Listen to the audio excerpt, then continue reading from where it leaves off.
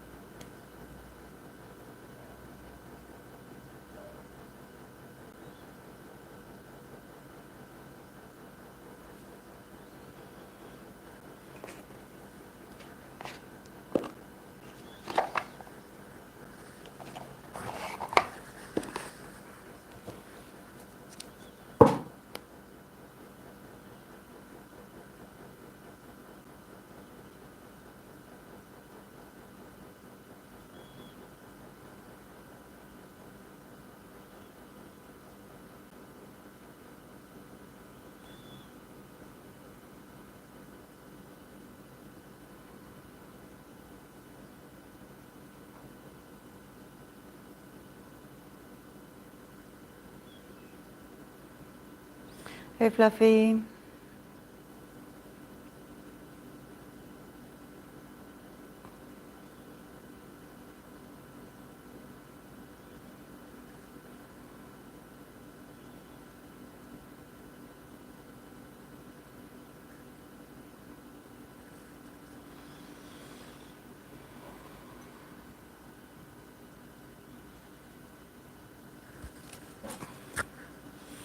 Very well, and you?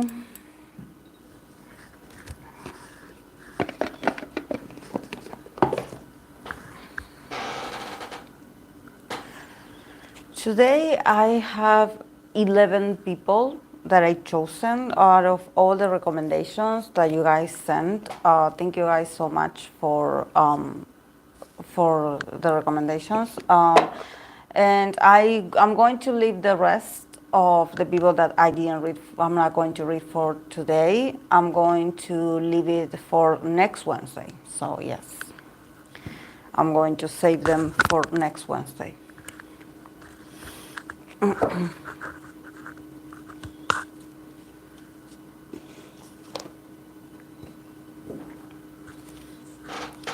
because it's a lot of people, and it's like a lot of energy also exchanged.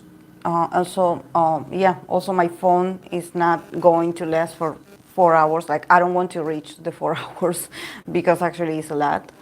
Um, but yeah, oh, I forgot. Where did I put it?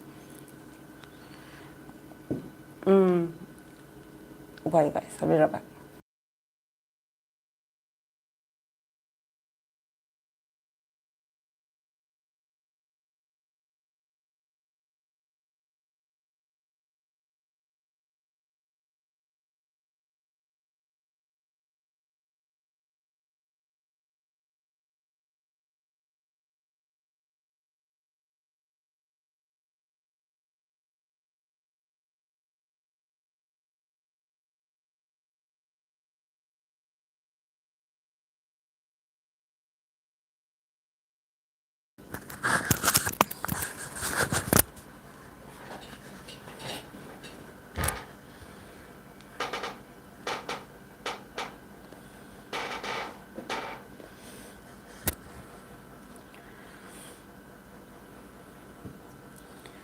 So my hair is a mess, but it's because it's very windy outside, so my hair was like this. I tied it up a bit, but it was like this. It was like crazy, going crazy everywhere. So yeah, I'm sorry guys for my look, but I'm in winter. We are hibernating here, so you know, it's all about keeping us warm, and it's very cold here already, and we are not even transiting winter. We are already in autumn, but it's very cold.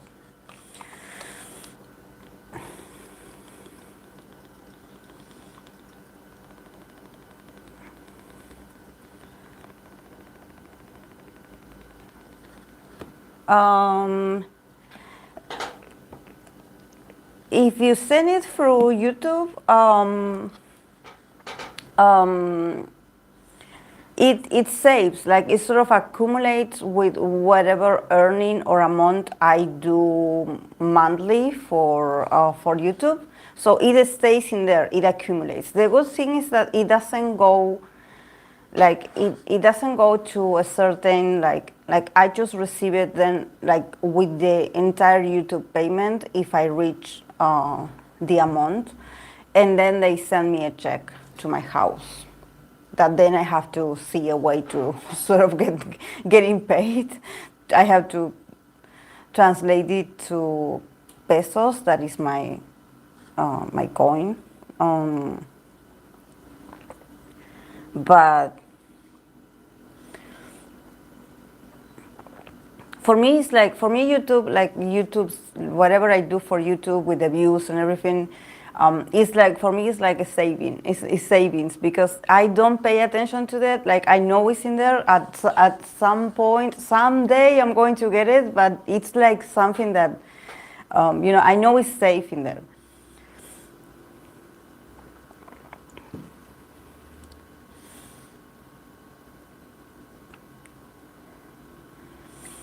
No, it's okay. You can send it however you want, Fluffy. It's just that with Pioneer, I'm only receiving through Patreon, because Pioneer also had it had limited also the option to transfer also, or to receive transferences, because I don't know, they detected that I was receiving it from different users. And I think that there's something about Pioneer, that when you receive it from different users, it's like they're like, you're not a business, so why are you receiving it from different people? You know, they get a bit shady, and so yeah, I prefer YouTube. And then the others, for the personal readings, I do receive them through Patreon, but yeah, yeah. Yeah, guys, if you want to donate for the channel, it's going to be very appreciated. Like, you have the thank you, is it the thank you or thanks? The thanks button, or you have the membership, whatever you prefer.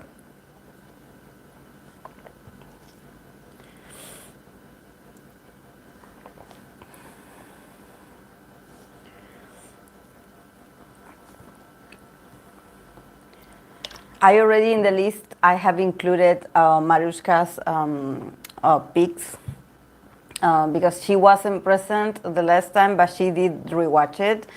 And she's busy with her life and her things, so yeah, we sent her like hi. We hope everything is well with her, and I'm going to read for her pics for today. She's included in here, so whenever she has time, she can rewatch this. So yeah, and we hope everything is okay with her. Thank you, thank you, Fluffy. It's so cute. Thank you so much. It's so cute. Hey, Nuit. Okay, guys, since we are sort of like getting more people, I'm going to let you know who I have on my list. I have Taemin, WayV, Enhypen Hison, NCT Haechan, G Idol Shuhua. Is that how it's pronounced? Shuhua or Shuhua? Lisa from Blackpink. That I did have the chance to choose between Jennie and Lisa, but since I had been pulling cards for Jennie, it's like too much, so I prefer to pull cards for Lisa. ITZY, Jeji, Ateez, Juno, The Voice, Hyunjae, Leno, and NCT 10.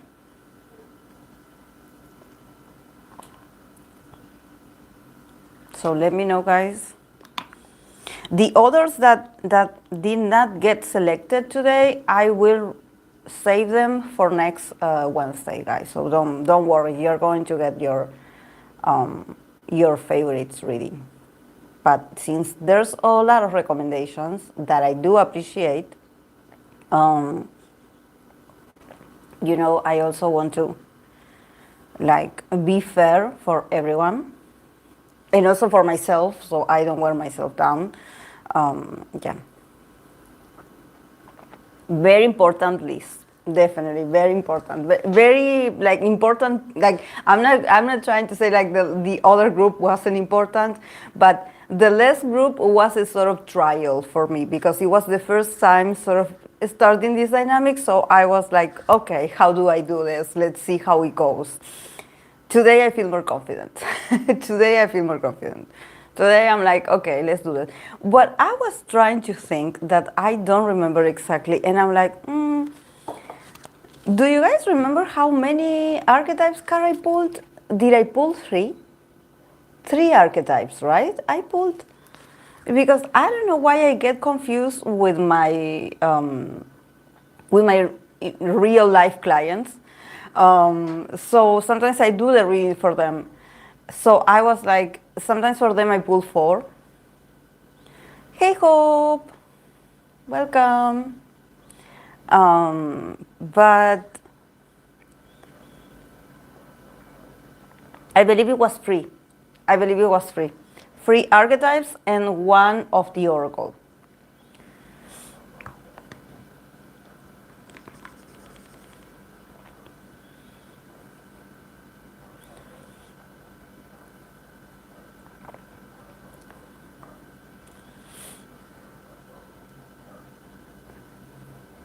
I'm getting hydrated, guys. I'm drinking mate, so I stay hydrated.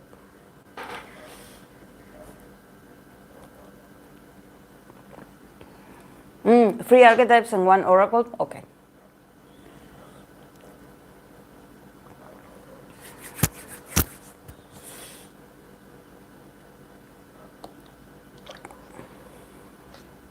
The last live stream, yes. Yeah. I mean, like the first of these dynamic or how they would behave in relationships. Yeah, because I don't know, sometimes for real life clients, I pulled four, especially for personalities. So I was like, I was visually confused. I got a deja vu. Like, I look at the clothes, I was like, are they three or four? I don't know why I got the yeah, I don't know. I got this deja vu and I was like, wait. And also, guys, I want to let you know that next Saturday is going to be K-drama readings for actors and actresses 2024 for K-drama actors and actresses. Because I've been getting a lot of like recommendations for actors and actresses readings. So I instead of posting them individually in the channel, I prefer to have a whole live stream of them. So if you have your favorites, you can request them. I'm going to create a post before this week ends, probably on Friday, so you guys can leave your favorite actor or actress. So yeah, remember last year we did it. We did a live stream of just actors and actresses. It could be also an idol that is an actor also as well, or idol that is an actress.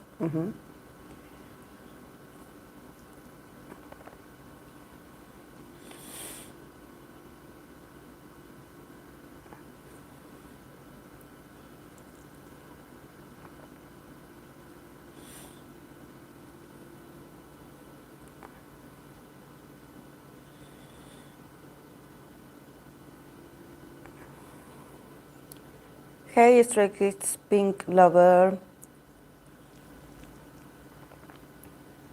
Also today I don't have any 17 member in here, but next week I'm going to read for the 17 members that some people mentioned.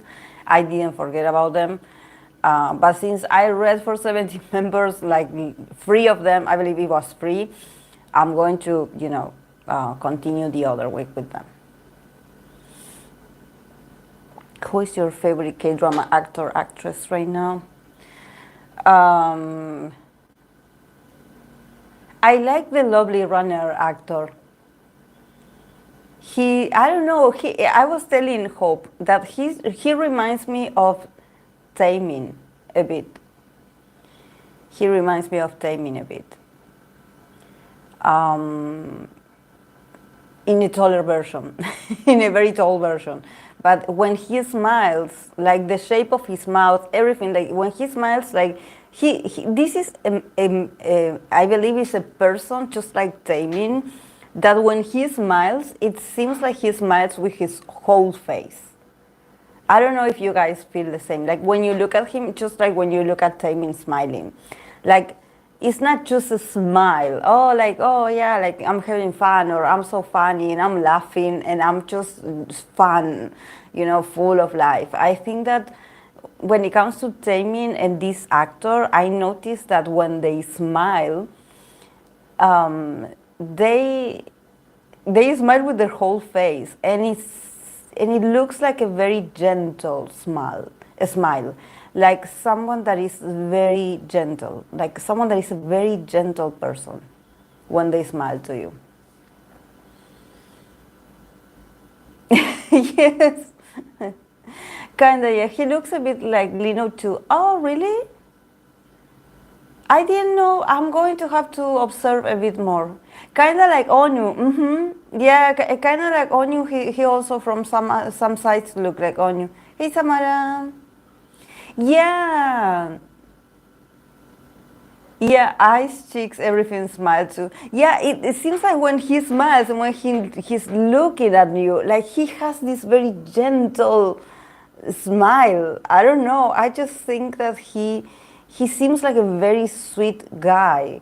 With Taemin as well, when Taemin smiles at you, it's like he looks at you in the eye. You know, like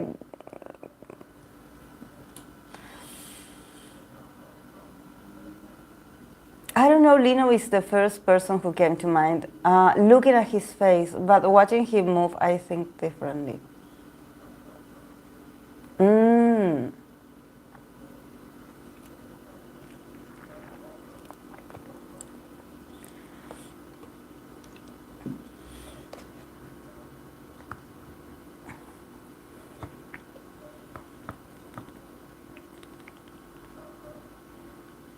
Yeah, I think that for now, that's the actor that I remember the most.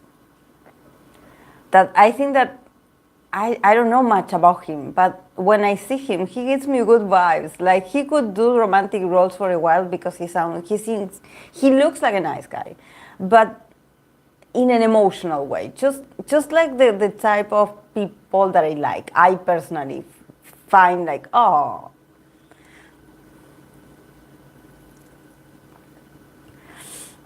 Also, what is his name? The actor of Queen of Tears.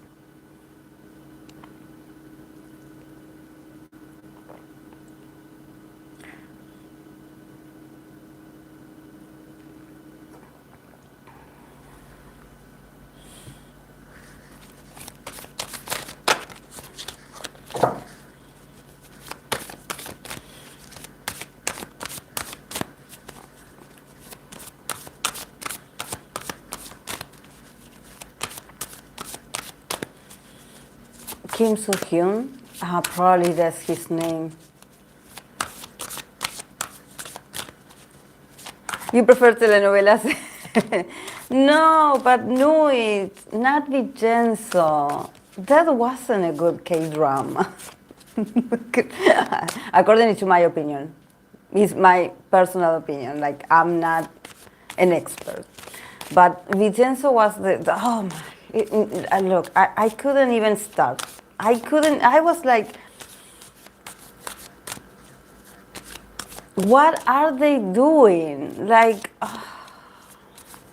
also I have Italian family, so, you know, I was like, really? That's why you know Italians? Wow. Maybe I should have started there. What? Yeah, exactly how Fluffy says. What genre do you like, Fluffy? And what platform do you have available so we can recommend a bit to you?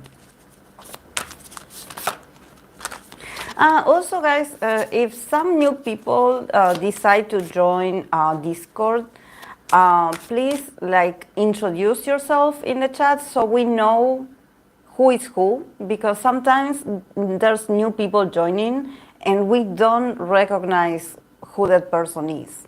And also they don't leave a description in the introduction. So yeah, so we know who is joining, because sometimes we are like, we're saying hi, but no one is answering, so yeah. Oh, I like K-dramas, J-dramas, C-dramas, telenovelas, British mysteries. Yeah, same hope.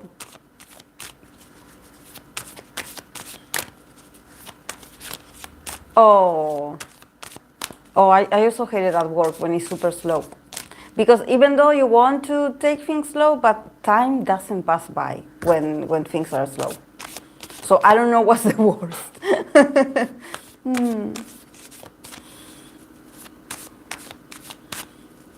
More money for doing as little as possible is a plus. Yeah. But I just hate it, like every time I had the chance to look at the hour, what hour it was, you know, how long had I been there, it was so slow. I was like, no, I thought I was here for 3 hours already. No, 1 hour just passed. Telenovelas have my heart. I grew up watching them with my family and neighbors. They've been great memories. Telenovelas from where, Nuit? Are you? Do you speak like? Are you American? Or from what part of the world are you?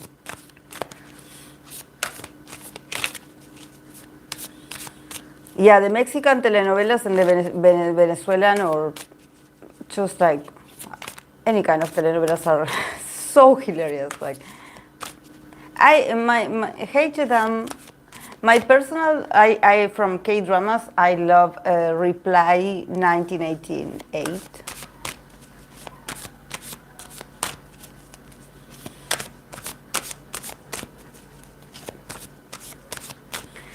It has a lot of moments. And there's a moment when they are singing to this very famous Mexican artist, Mexican singer, Luis Miguel. And they are like, I believe since they are 88. Because I also did watch the 97, I believe it was 97, the other series. But I don't know if they were listening to Luis Miguel or Menudo, or, you know, some of these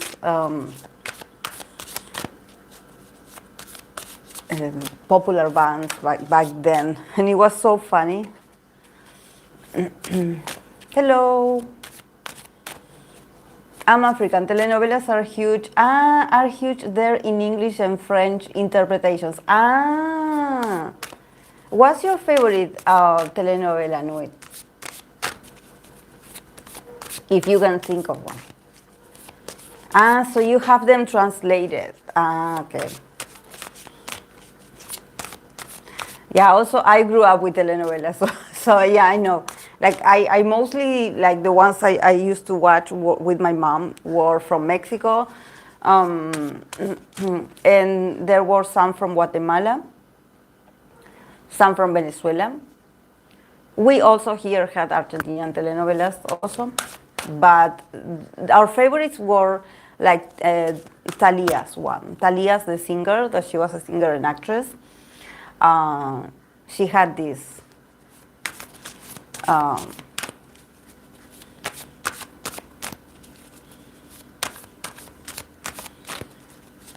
telenovela mexicana. Anything with Talia? Teresa. Teresa.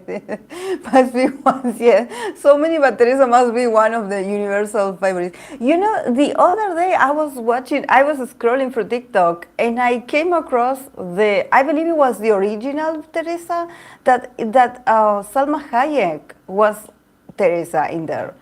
I remember I watched like a more recent one with, I loved Ruby. For me, my favorite, I believe that Ruby and Teresa are kind of the same. Maybe they are similar in the plot. My favorite was Ruby. That it was the same. It was the same plot, so I wonder if they changed names. Talías Marimar. Marimar, Mariela del Barrio, María Mercedes. There was a lot of Marias.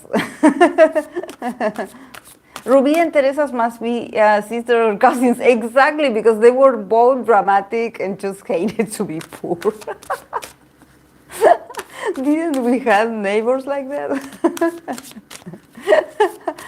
People that didn't want to be like didn't want to be left like in the barrio, like in the very poor area. They were like, no, I will go walking, leave me here.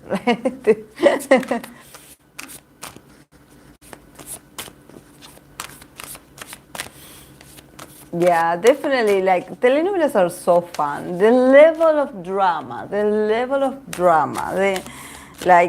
screaming, the hair pulling, the emotions. That's what I love the most about telenovelas. That sometimes for me, when I watch K-dramas, and there's drama, but there's also this, that some of the main characters have this cold attitude, that they are so cold. For example, they are mean and they are cold. They are rich and they are cold. They are detached. They do not react. And usually the ones that are all over the place with emotions are the poor people. So in that case, I don't like that about K-dramas, that especially that are more about families and just like, a lot of, because I'm like, I want an emotion out of you. Like, I know you're rich, you're handsome, you're beautiful, you're rich, you are successful, but I don't see the appeal in you if you have the same face throughout the 16 episodes. Like, I don't know, that's the thing that I don't like. I'm like, really? Really? Like, this is supposed to be sexy? Like, you with the same long face? Like, oh, no, please, no.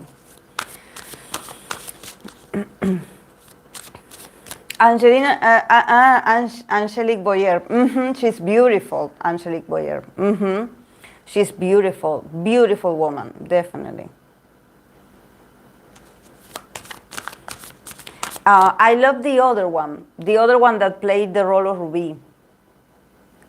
That she, beautiful woman also, with green eyes, brunette but with green eyes, beautiful, beautiful.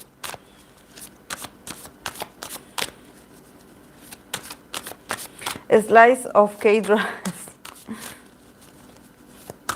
A slice of K-dramas have, a slice of life K-dramas have quite similar to telenovelas sometimes. Yes, I know.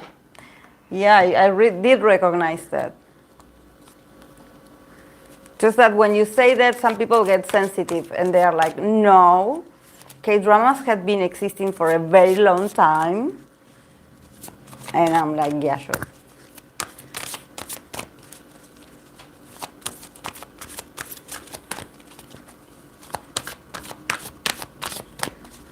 The cards are so cold, guys. I just left them for a while here and they're already cold. So yeah, guys, like, enjoy your summertime, your springtime, go out, have fun. Here, I'm freezing. Here, I'm freezing, guys. So yeah, this is my reality. Like, please send beautiful pictures of beautiful, like, weather, because in here, have you watched La Casa del Lado? I don't know if it's the exact name. I believe I have. La casa de al lado. It rings a bell. Yeah, I believe I have.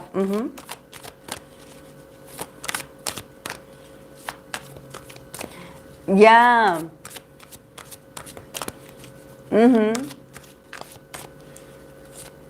Yeah, me neither. Like I'm not saying they copy, but definitely like I'm not that old, but I have heard of telenovelas like that are very, very like, especially the most famous ones.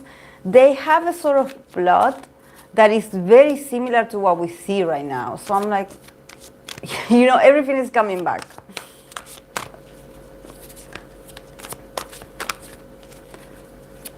That's why sometimes I get a deja vu. And we were talking with people in the community. Sometimes what we hate the most of certain K-dramas is when we guess the plot.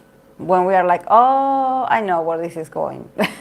Oh, I know what is going on. So, Diablo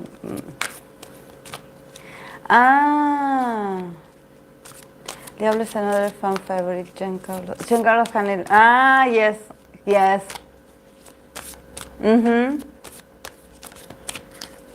Yeah, they have amazing. Yes, to Happy Pali.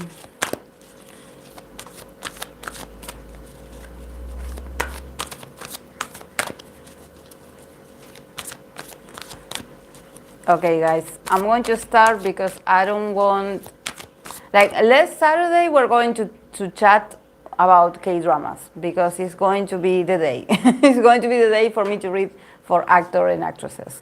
So now let's focus because, I don't want my battery to run out and I want to start early.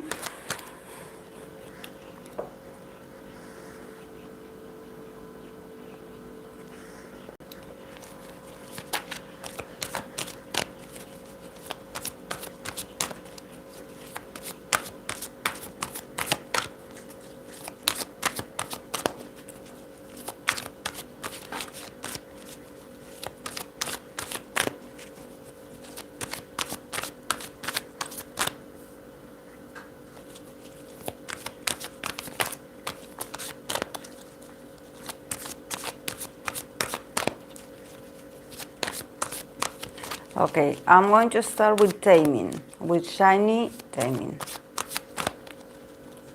How does he behave in relationships? In a stable relationship.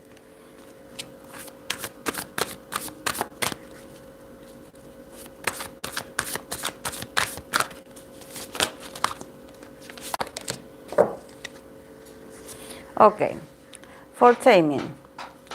We start with the archetype of mediator, goddess, and guide. Very peaceful, beautiful and peaceful for Taemin. And the card from the Haechan that he has is waiting. So let's read what it says for him. Look at this oracle. I didn't get the best quality in this. Okay. The oracle of the Haechan of love, he got the card of waiting, and the message it says: in love, it is important to let love itself be fulfilled. Waiting is a spell. For a moment, you come in contact with who you are. You are completely centered in yourself. The oracle says you're waiting.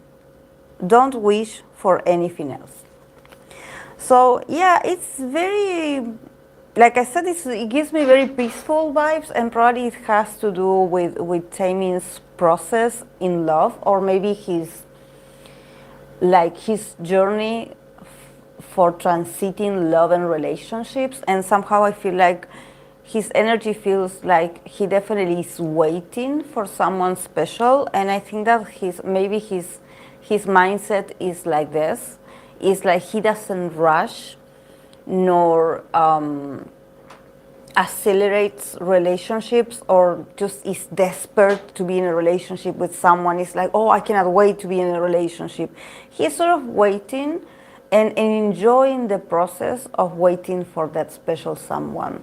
I think that, and also while the waiting is happening, he's also centering in himself and working on himself, enjoying his own life, his own circumstances, fixing himself, just, reflecting about his own life. So it's like, definitely he gives me very peaceful vibes. From the archetypes, he got the mediator, that definitely, I believe that for Taemin it's very important to, maybe in his relationship, it's very important to have a good balance between his personal life and his professional life. And at the same time, probably he wants everyone to get along.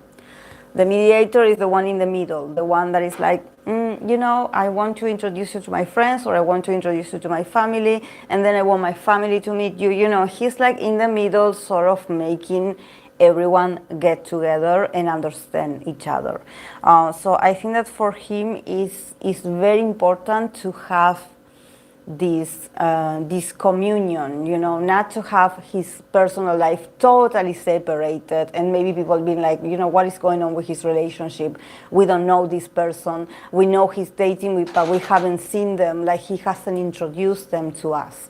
No, I think that probably in his circle, in his personal circle of family and friends, he makes sure, as the mediator that he makes sure that everyone knows of the existence of the other person, and that there has to be a sense of respect and an acknowledgement. This is why when he doesn't tell you about someone special, is because that person is not of importance. It's not important enough to be introduced to the others. So definitely. And he's very respectful. He's very respectful of everyone's, like, if his partner has, like, their family and they have their traditions, he also is very much, like, very willing to also get to know them and understand their point of view, and being this mediator. And the goddess, definitely, like, in relationships, in a very stable relationship, I think that there's something about Taemin wanting to keep being this. I don't know why I think about a siren, not just a goddess, but also like a mermaid, like a siren.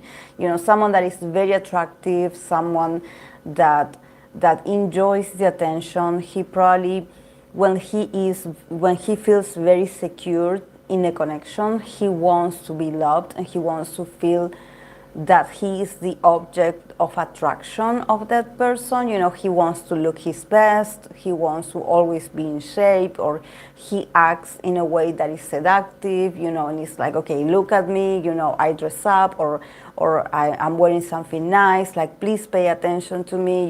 Him also being someone that is very, like, he doesn't have to do much to be beautiful, but probably when he's with someone, it's like he, on purpose, he takes care of his image, because it's like, I know everyone tells me that I'm beautiful, but I want you, my partner, to always, like, remind me that I'm beautiful. Like, I want to be the goddess of love, like, I always want to be connected with something beautiful, something attractive and harmonizing. I want to be that. I want to take care of myself, so you always, like, feel the instant attraction towards me. Definitely he does care. He does care about his image, and being always, like, alluring. And when it comes to the archetype of guide, it says represents nature of divinity in life and itself. So I think that it's very interesting, because I think that definitely this is something that I think about about Taemin is that he's not someone that he's going to tell their partners what to do. Like, I don't see him like someone that is bossy. But definitely I think that through beauty and through being diplomat and through being very nice and through being very understanding and very communicative, I think that at the end, he is someone that he has the potential to be a guide of their partner. It's just that the guidance that he provides comes from a place of not pushing the person, not like, I'm going to guide you, you're going to do what I say. I think that, and when I think about this, I think about Cancer.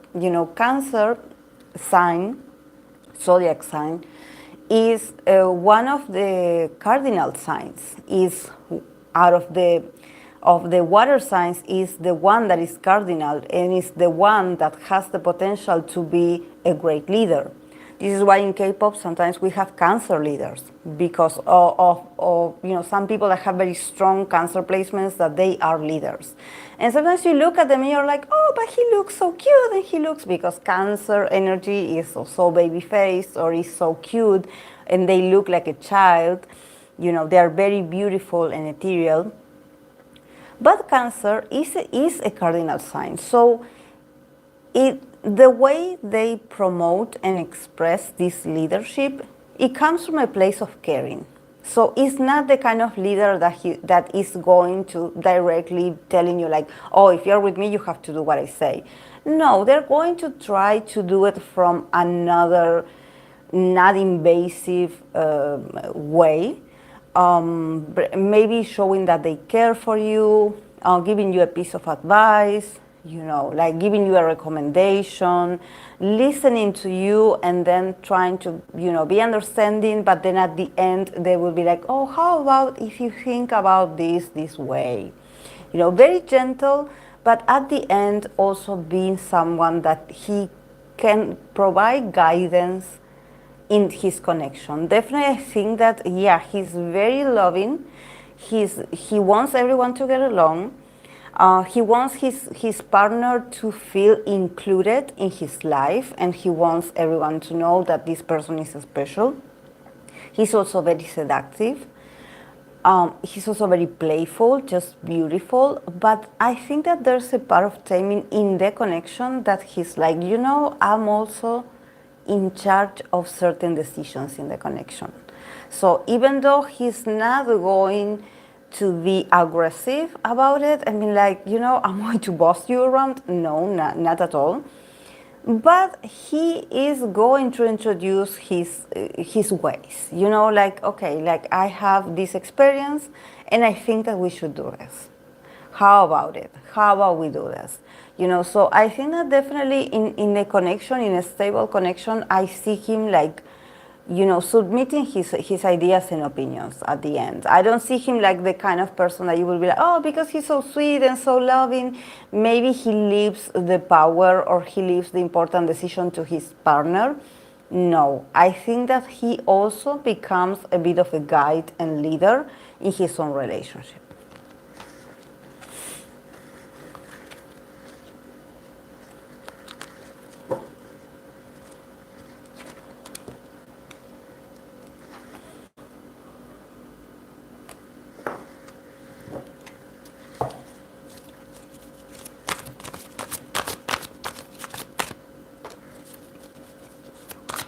Could Taemin be a Libra rising?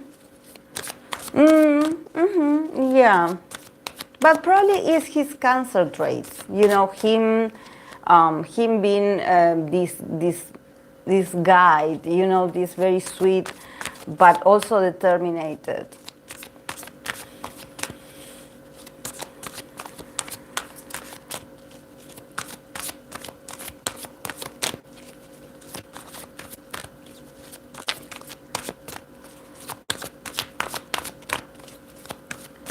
Okay.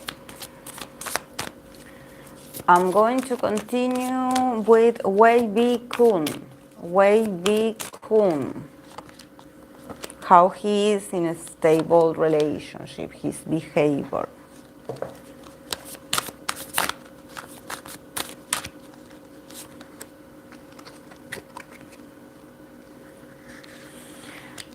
Okay.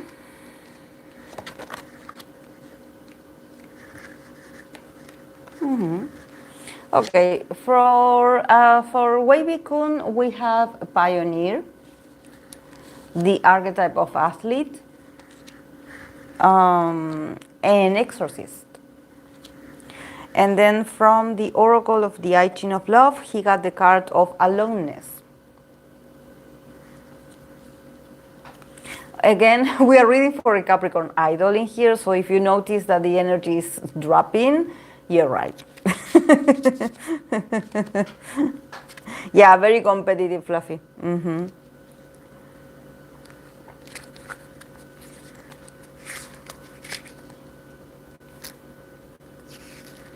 Okay, aloneness. The oracle invites you to fully immerse yourself in your being. This card marks the end of the many experiences in the outer world and indicates the way forward to further evolve. At the peak of so many experiences, with the dissolution of selfishness, the idea of being a separate small self fighting against everything and everyone, we find ourselves alone.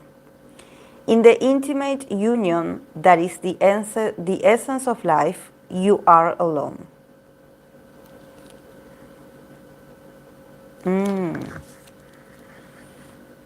Yeah, this is the typical card we Capricorn people get when we ask about a potential partner. We get the Hermit or a card that says aloneness. So yeah. It's like, go work more on yourself. No partner available for you at the moment. Poor Kun. Okay. We start with pioneer, that it says passion to do and create those that hasn't been done before. So yeah, I think that in connection, there's something about him probably wanting to do something different in connections, just bringing something different. I believe there's something that probably this pioneer card, it reminds me of Aquarius energy. So does he have a Venus in Aquarius? Because it sounds like a very weird beginning of a connection, like not very emotional, but actually it has the potential of being fun, or it has the potential of him just bringing very interesting ideas to the relationship. And probably the start of this connection is very strange. Like usually, like he doesn't enter in this connection, a stable connection, with a very like traditional. Probably like it begins in a very weird way, or he probably is dating someone or starts like having this very stable connection with someone that is not his type, or someone that has the like the attitude, the personality traits that are not just considered the standard. So I think that, yeah, for him to be a pioneer in a connection, I think that he doesn't want to follow rules when it comes to love.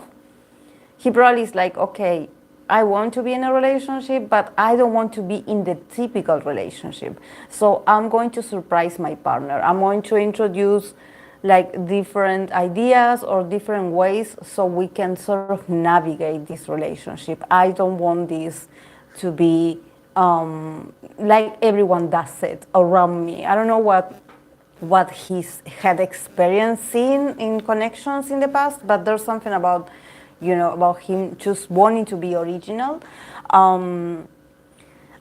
He has Aquarius Venus, yes. Also, his 7th house is in Aquarius, as he is Leo rising. Yeah, and the Leo rising, we see it here with athlete. So definitely with athlete, we see the competitive side in the case of Kun. I believe that for him, he sort of reminds me of, you know, when I read for Leno, that I was like, you know, the athleticism or the competitiveness in this archetype it can also mean someone that wants their partner to be the best of the best. It's like, let's be the best couple, like couple goals all the way. Like this is not someone that you can be like, okay, let's be couch potatoes together and let's just have a regular relationship where we are just chilling. No, I think that definitely there's something about Kun with his pioneer side and with the athlete side, that he's like sort of like the one that pushes their partner to be like, let's do something crazy, or let's do some challenges, or let's do, let's sign for this very different activity. Let's do this together and let's win. Let's be the best. Let's be the best. Like, I want us to be like the best couple. Definitely says dedication to transcend the limits, the physical limits, develop of willpower and strength of spirit. So I think that's also very motivating. Probably he could drive his potential partner crazy a bit on an everyday basis. I think that he could drive their partner a bit crazy, because he's like, let's go out and do things. Like, let's do things, and like, let's take pictures here and there, and then we go here and then we go there. So he can be actually very competitive, in the sense that he would maybe, I don't know, he would want to blog everything, sort of make like a couple's blog, a travel blog about what you do. And he wanted to document everything and just looking beautiful and just being like the best couple ever. So I sort of see him like just like being excited to do things. And so if you are shy, you probably are not the perfect person for him, because there's a bit of entertainer with him. And also I feel like he starts the connection just with this pioneer. He starts the connection, or maybe you start a connection with him feeling like he's the typical earth sign, that you are like, oh, he's a Capricorn, or you're like, oh yeah, he's an earth sign, he's going to love routine, and he's going to be routinary, or he's going to be just a homebody. And actually, no. I think that there's a part of, first of all, I think that being in a stable relationship, now that we're thinking about this dynamic, I think that for Kum is so exciting, because he's like, yes, I got my person. So now that I got my person, I can do with my person what I want to do. And he probably has a list of activities that he wants to do. So it sounds like it's going to be, a pretty packed week with him, a lot of things to go, a lot of events to go to. But yeah, he's very competitive, and he probably loves attention. So, recording, like just being seen. But he's like, yes, because this is a stable connection. I think that he's like, I can get creative, and actually we can do things together, because, I finally have someone. So it's like, yeah. And also the exorcist that says, liberate yourself and others from distractor impulses. So yeah, the exorcist, I think that there's something about Kun, that he has this need to not stay still. And I think that this has to do with the movement of the body and also of the connection. He doesn't want the connection to stay stagnant. He doesn't want the routine to hit the connection. So he comes here as this exorcist kind of archetype, because I believe that for him to do things with his special someone is a way of exorcism. It's a way of like, okay, while we are busy or while we are doing something together, like no negativity can reach to us or can get to us. So probably, I don't know, maybe himself, he had experienced in the past something about seeing, these, I don't know, married couples or these very stable couples just, entering an era where they are bored of each other, or they are tired of each other, or they are just like they are nagging to each other, or they are just very annoyed to be together. And he's like, I don't want that for my for my stable relationship. Actually, I want to keep my relationship excited. And he probably from time to time, he can sound a bit too enthusiastic, you know, just wanting to do a lot of things, and him sounding like he could be like your coach or your motivational coach. You know, him being like, okay, let's go here and let's do this, and then we will do this, you know, and you've been like, you know, chill a bit. Like, you know, I don't know if I want to go out today. So, but for him, it feels like this emotion, you know, this need of like, let's keep our relationship alive. As if the relationship itself had like energy of its own. And I can sort of see it. I can sort of see it. Because, you know, we have the card of aloneness. So I think that for Kun to reach this level of like, okay, I want to introduce change, like I want us to do many things. I wanted to, you know, experience different things. I don't want us to just have like a regular boring date. Like I want us to improve each other's lives, you know, like I'm learning something new and I want you to also come with me so you can learn that too. We can launch a business if you want to, you know, something like about like, you know, let's keep our energy, let's keep this organism alive. For him, it sounds like a project, like a life project, you know, like definitely this project, it's alive. So we need to keep it nourished. We need to keep it, you know, well fed somehow, because the card of aloneness definitely lets me know that probably for him, just like a lot of Capricorn, we people, we sometimes, not all of us, but sometimes we find our partners later in life. Like we meet the one, or we meet like, or we have like, I don't know, if you haven't dated before, you actually like meet your stable relationship. You have it at the later side of your life, like from 40 to you know, older. So I think that the card of aloneness definitely lets me know that probably for Kun in his early years, relationships are not going to be a priority. The card of aloneness also is not a card so you can be like, oh, he's so sad because I'm alone. No, actually he's working on himself. He's like making himself stronger, and also he's recognizing his own self. Like, what is it like to be by myself, to be with me? Who am I? So he's going through this aloneness. So when he meets the one, and when he has the possibility to be in a stable relationship, he can then like pour all his creativity into this connection. And he has this excitement, and he has this, so it seems like he's so like energetic or energized to do something for the connection, because he knows what it's like to be focused on the self. He has worked and mastered his self. So he's like, now I'm ready for a relationship. And I have such a great ideas of what I want to do with this stable relationship. And I definitely want to have fun. So yeah.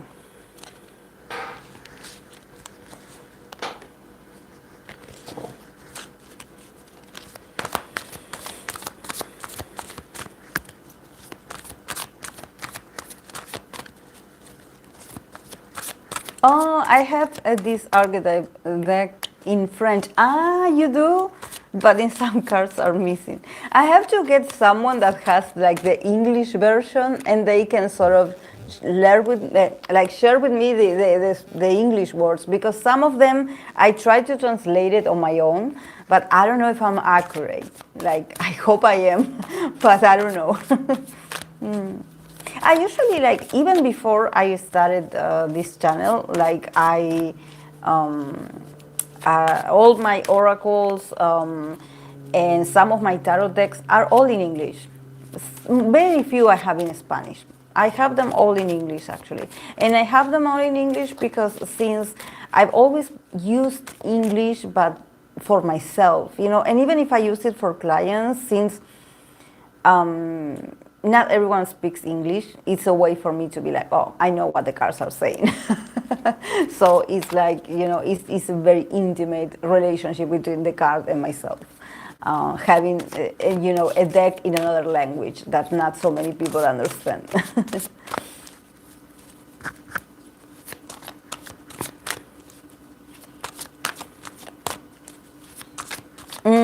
With Capricorn people, there's often a lot of deconditioning. Yeah, we usually try to do the opposite of what we had seen in other couples.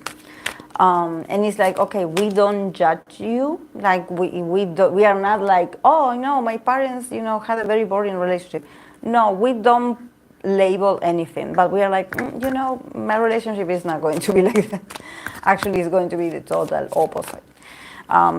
In my case, I had that I noticed that with my parents, you know, my mom was always very quiet, like, and she would hold a lot of grudges, but she was always very quiet, like she wouldn't be able to, you know, just speak up her truth. And for me, or just not being very, my dad is very communicative, my mom was very silent. So I would always have these relationships with my ex-partners or former boyfriends that I accentuate, or I love to have an open communication with my partners. Like if I cannot be with a partner that is silent, or with a partner that doesn't know how to communicate and doesn't want to communicate. Like I want my partner to be able, I want also to be able to say things to my partner face and not be like, oh, what if he gets offended and leaves me? No. For my partner, I have to be 100% transparent and honest. And if they cannot take it, then they are not the partner for me. And also, I love for them to be honest with me. Like if they also want to, you know, call me out on some things, I appreciate it, as long as it's with a respectful tone, of course.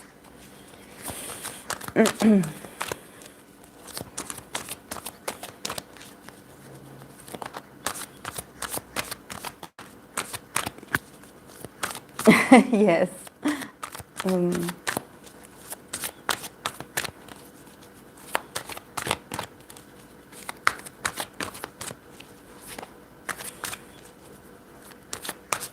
Communication is really number one. If you cannot tell your partner, you're a special person, if you cannot tell them what's on your mind, but honestly, there's some people that are afraid to tell their partners to their faces what they think. And I'm like, what? Like, actually, the thing I love the most about having very intimate connections with friends and partners is to be able to just talk and say what I really think, or just express myself freely. That's what I love the most. That's what I love, the closeness of the bond, or the intimacy of the bond, to be able to talk, you know, to express ourselves.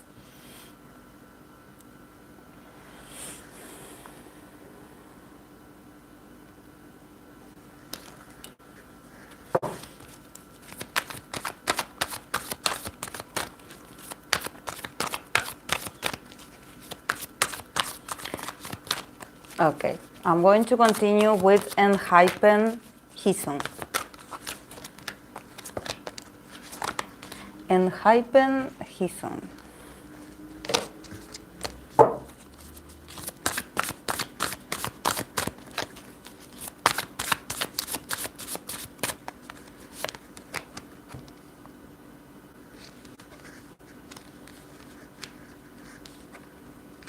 Oh, it's cute. Okay, for Enhypen Hison, we have Divine Child, Poet, and Angel. he's an angel in relationships. He's an angel, just a lover. I love it. I love it. He's so, another one that is peaceful.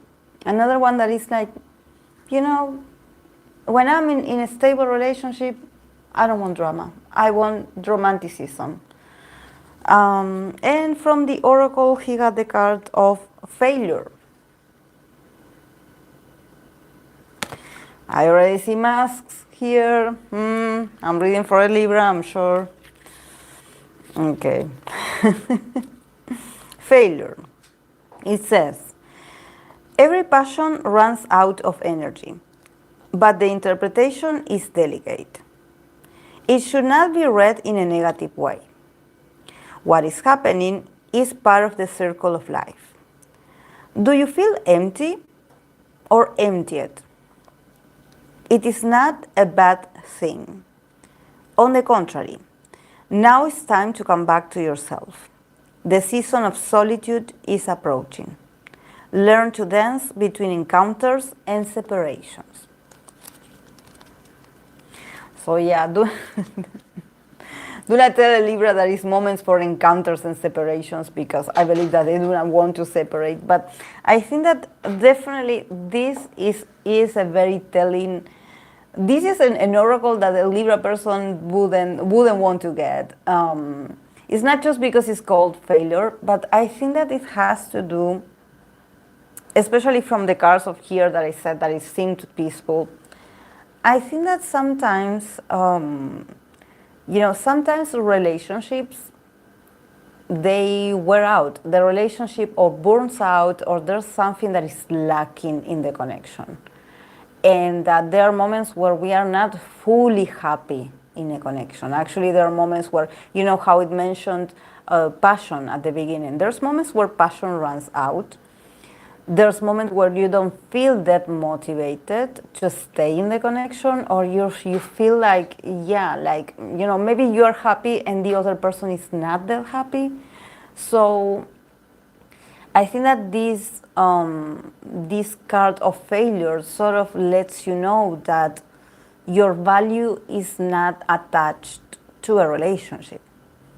You know, that if a relationship is not doing well, or you are not feeling your best in a connection, or maybe your partner wants to leave the connection, or maybe your partner wants a time out, or maybe they mention something that they feel like, I don't feel that great. I feel a bit not satisfied.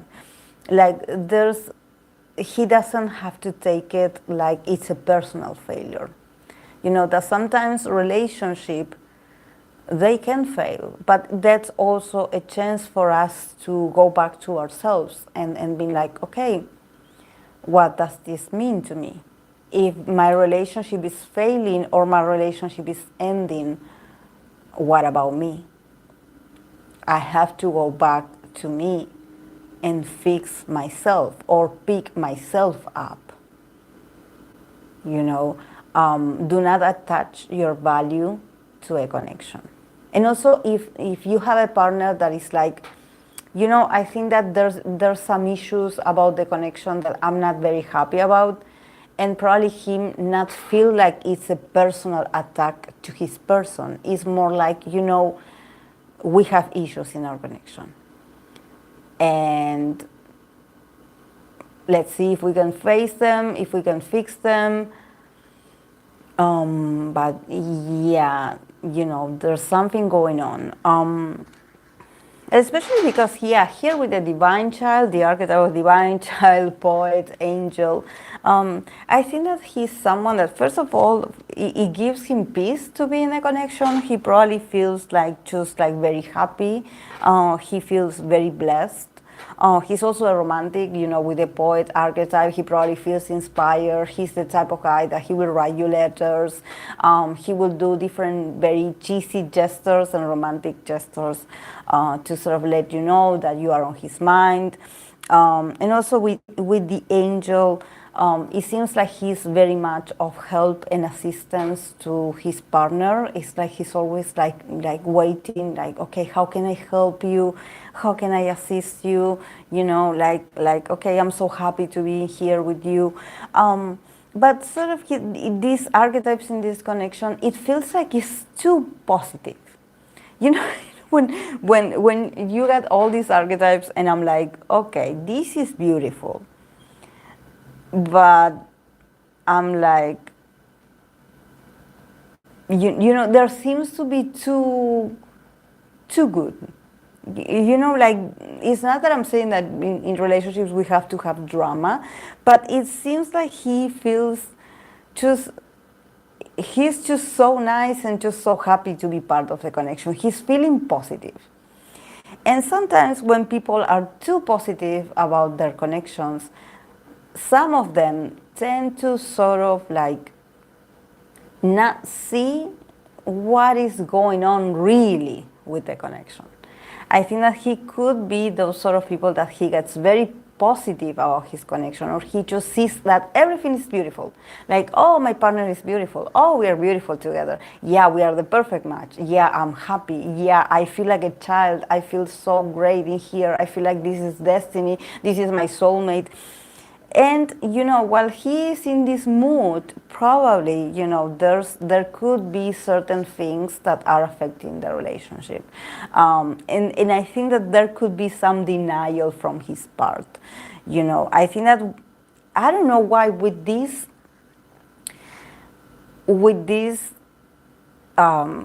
archetypes, I feel like he could be a bit too soft. And sort of lean more to the people pleaser. Like, oh, as long as we are in this connection, I'm going to do whatever you want because I'm an angel. So, whatever you need, whatever you want, I'm going to write you a love song or a love letter, and everything's okay, and we're going to fix this. And also with Divine Child, he probably believes that, okay, it's meant to be, it's destiny, like, you and I, we found each other, this has to work out because we are meant to be together forever. He is a bit of a believer. And probably he could be a bit blinded because he got the card of failure. So it seems like, he could have like the most amazing attitude in a connection and somehow be facing failures in his connections. And actually like his connections ending abruptly, or him being just left, like him being abandoned by his a special someone, and him probably taking him a while to understand, like what is going on.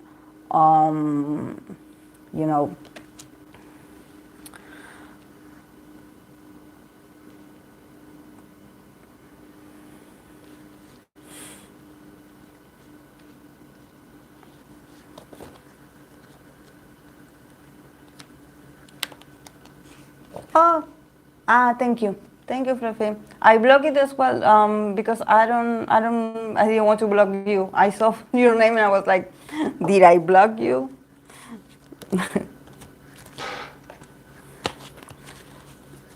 Yeah, that's that's the Libra way. Denial.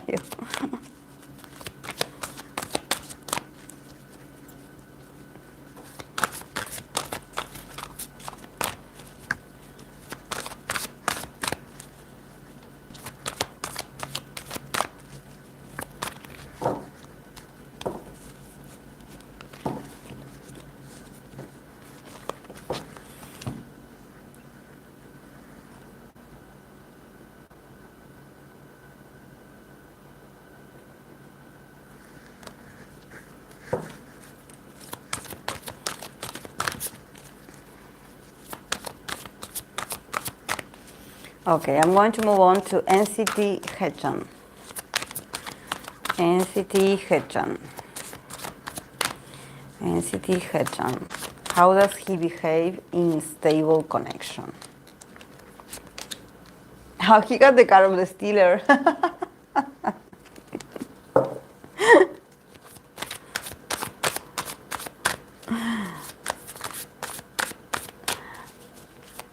Alexa, play the voice stealer.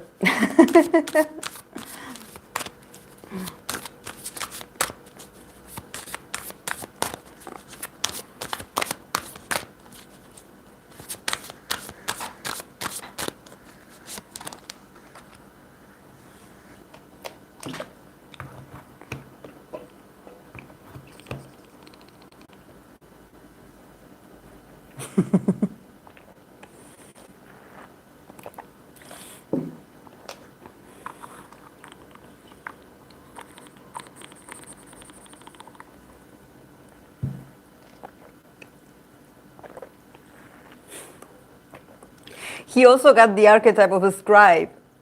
Isn't this the most, the most, the most Gemini archetype ever described?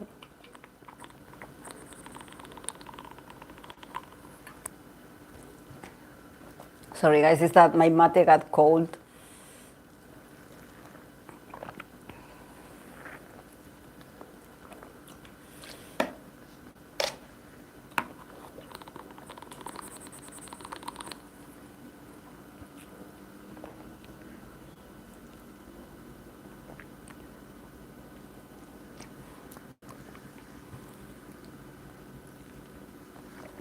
Okay. Okay. For Haechan, natural child, another one that loves nature and animals, the stealer, and scribe. And from the oracle of the Haechan of love, he got the card of betraying, jealousy. This is a card that goes straight to his moon in Leo.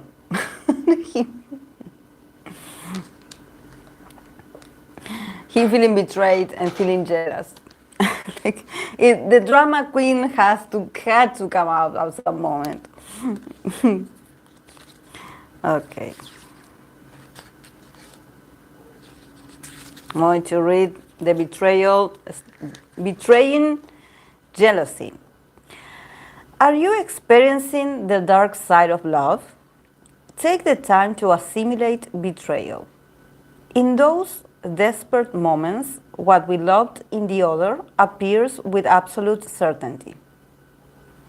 Observe it and do it yourself, keeping your awareness. In this attentive message, in this attentive presence, grow, evolve, become yourself. Oh, wow.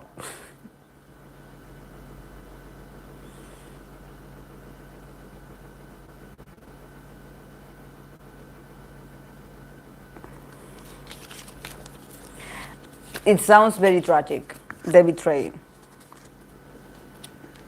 card. So yeah, probably, you know, for him to find this stable partner, he could potentially like go through certain moments where he feels betrayed, or maybe where he, I don't know, he probably meets someone and it's like, okay, this is the one. And actually, like, eventually the person shows off their true colors, and he's like very disappointed and hurt, and he's like, okay, I thought you were the one, but you weren't. But definitely he's a believer in love. Sanyon also got natural child and the stealer. Yes, exactly. I think that, yeah, for natural child and also the stealer, I think that there's, in a relationship, I think that first of all, you know, Haechan also is very playful. You know, he's a very playful person. So it sort of makes sense that he got the natural child. You know, someone that loves to be surrounded by nature and animals.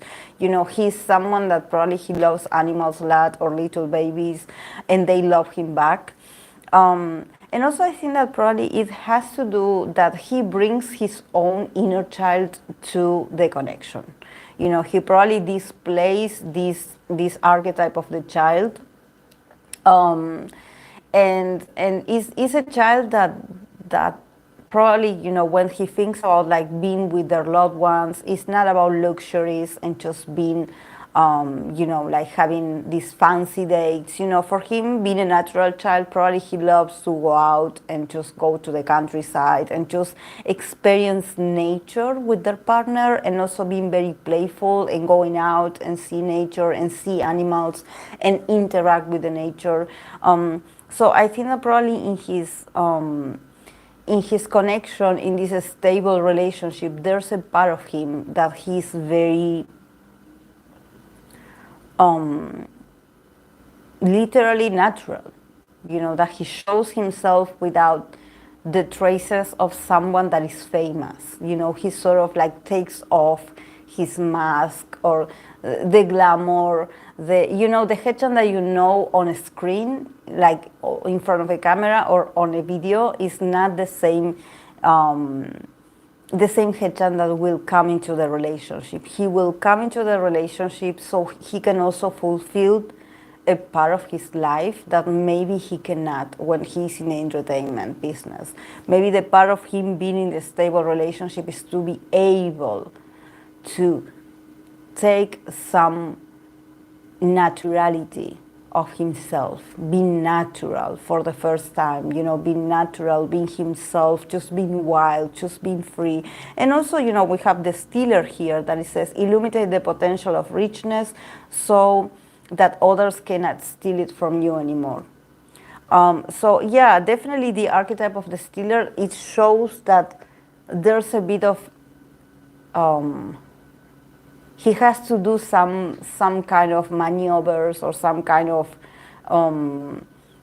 tricks to keep this relationship as natural as possible. You know, probably him, you know, hiding certain aspects of the connection, hiding himself and hiding his partner, not revealing much, just being very secretive, you know, just not showing exactly, okay, like what is dear to my heart. This is why this person is holding the heart inside, because it's like, yeah, you see it, I have a heart, but you're not allowed to see it entirely. Like, I show it to you that is in here, but you cannot see it. Like, this is mine. This is something that I only show when I'm with my people, when I'm with my family, when I'm with my loved ones, when I'm with my lover. It's like this feeling of like, yeah, now you see it, now you don't. It's like, okay, yeah, I'm an entertainer, like in my life, my whole life, it's been around cameras. But when I'm in a connection, there are some things I don't share. And there are some things that I will sort of close the curtain on you so you cannot see it. So you cannot see who I'm dating, so you cannot see what we do, so you cannot follow us around. You know, there's this feeling of like, you know, my life with my partner is not going to be for the cameras. It's actually going to be very like probably very much on the countryside and very much on the nature and very much isolated from the glamorous side, you know. I see him very like sort of, you know, getting away from the flashing lights and just the glamorous side. I see him more becoming like a more natural guy. And the scribe also, it says it keeps the knowledge and the information. So again, you know, someone that probably he can write, you know, I see him sort of be the scribe, I see him inspired, him wanting to tell his own story, but probably him writing about it, you know, him writing about it, but I'm not sure he would share what he writes. If he writes a biography of himself, I'm not sure if he would sort of show what he has written. I think that he's like, you know, sort of like the stealer, being like, you know, I written a book about my life, but I decided I'm not going to publish it. Like, I'm not going to let it see the light. He's sort of giving hints here and there about his personal life, but not showing it. And because I see all this green in here, you know, with the archetypes, we have the greens and we have the yellow, not the yellow, the blue in the middle. So I think that when it comes to how he is, how he behaves, first of all, I see his energy like sort of like, you know, trying to protect what is special for him. Probably if he chooses a partner, the partner sort of has to align with this lifestyle that he's going to take. Because if you are someone that you probably want him to, I don't know, take you out on fancy dinners and you want to, I don't know, just have these very fancy experiences, probably, you know, when he settles down, when he's in a stable connection, his activities are going to be very normal and regular. I don't see Haechan like just being like, oh yeah, let's go out. Yeah, let's go and let's go to this fancy restaurant or let's go to this exclusive club. No, I see him more like keeping it to himself, being like, I don't want others to see us, you know, and I don't want us to interact with other couples of people, especially famous people or people from the industry. You know, sort of him wanting to do the opposite of how he has been living life so far. In Leo, there's a nakshatra called Ashlesha, and whenever you read for those people, they tend to be secretive like this. Yeah, because you know the kind of betraying, jealousy. I think that this is the reason. I think that the reason why he could become, you know, someone that, okay, when he finally enters a stable connection with someone, because of past betraying or past betrayals, or maybe him, you know, just like he's very young, you know, he's very successful, he's very famous, he's surrounded by very beautiful people, you know, he could actually like have some disappointments. And actually, you know, when I think about betrayal, I could literally, like when I think about this, I could literally see, for example, Haechan, like, I don't know, he maybe, I don't know, being in love with someone, and like everyone knowing that he likes this person, but then he sees that this person is dating his friend or is dating someone that he considers his friend. So you know, I can sort of see him like being like, you know, I've been betrayed before by appearances or by considering fake people my friends, or even considering a fake person my ideal person. But then once I mature, and once I enter a real connection, I don't want this connection to be ruined. I don't want my connection to be exposed. And also because if you go through, you know, betrayal, there's also this very dark place of like, okay, how do I move on from betrayal? How do I move on from here? If the people that I thought that were my friends or that I trusted, they betrayed me. So I can sort of see him moving to a much more simple life and finding love in there, and also trying to keep it as anonymous as possible, and just not wanting to introduce his special someone to his famous friends or acquaintances, you know. So yeah.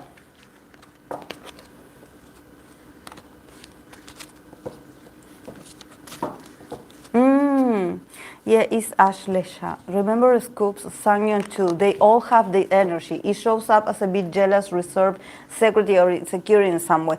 Yeah, I remember. Yeah, I remember. Yeah, I remember that. Yeah, Scoops has it. Also, Sangyeon with the warrior. Remember, he had the warrior archetype that we were like, you know, this guy is very nice, but he's also is like, you know, if you get close to my partner, I'm going to defend them. Like, what are you doing?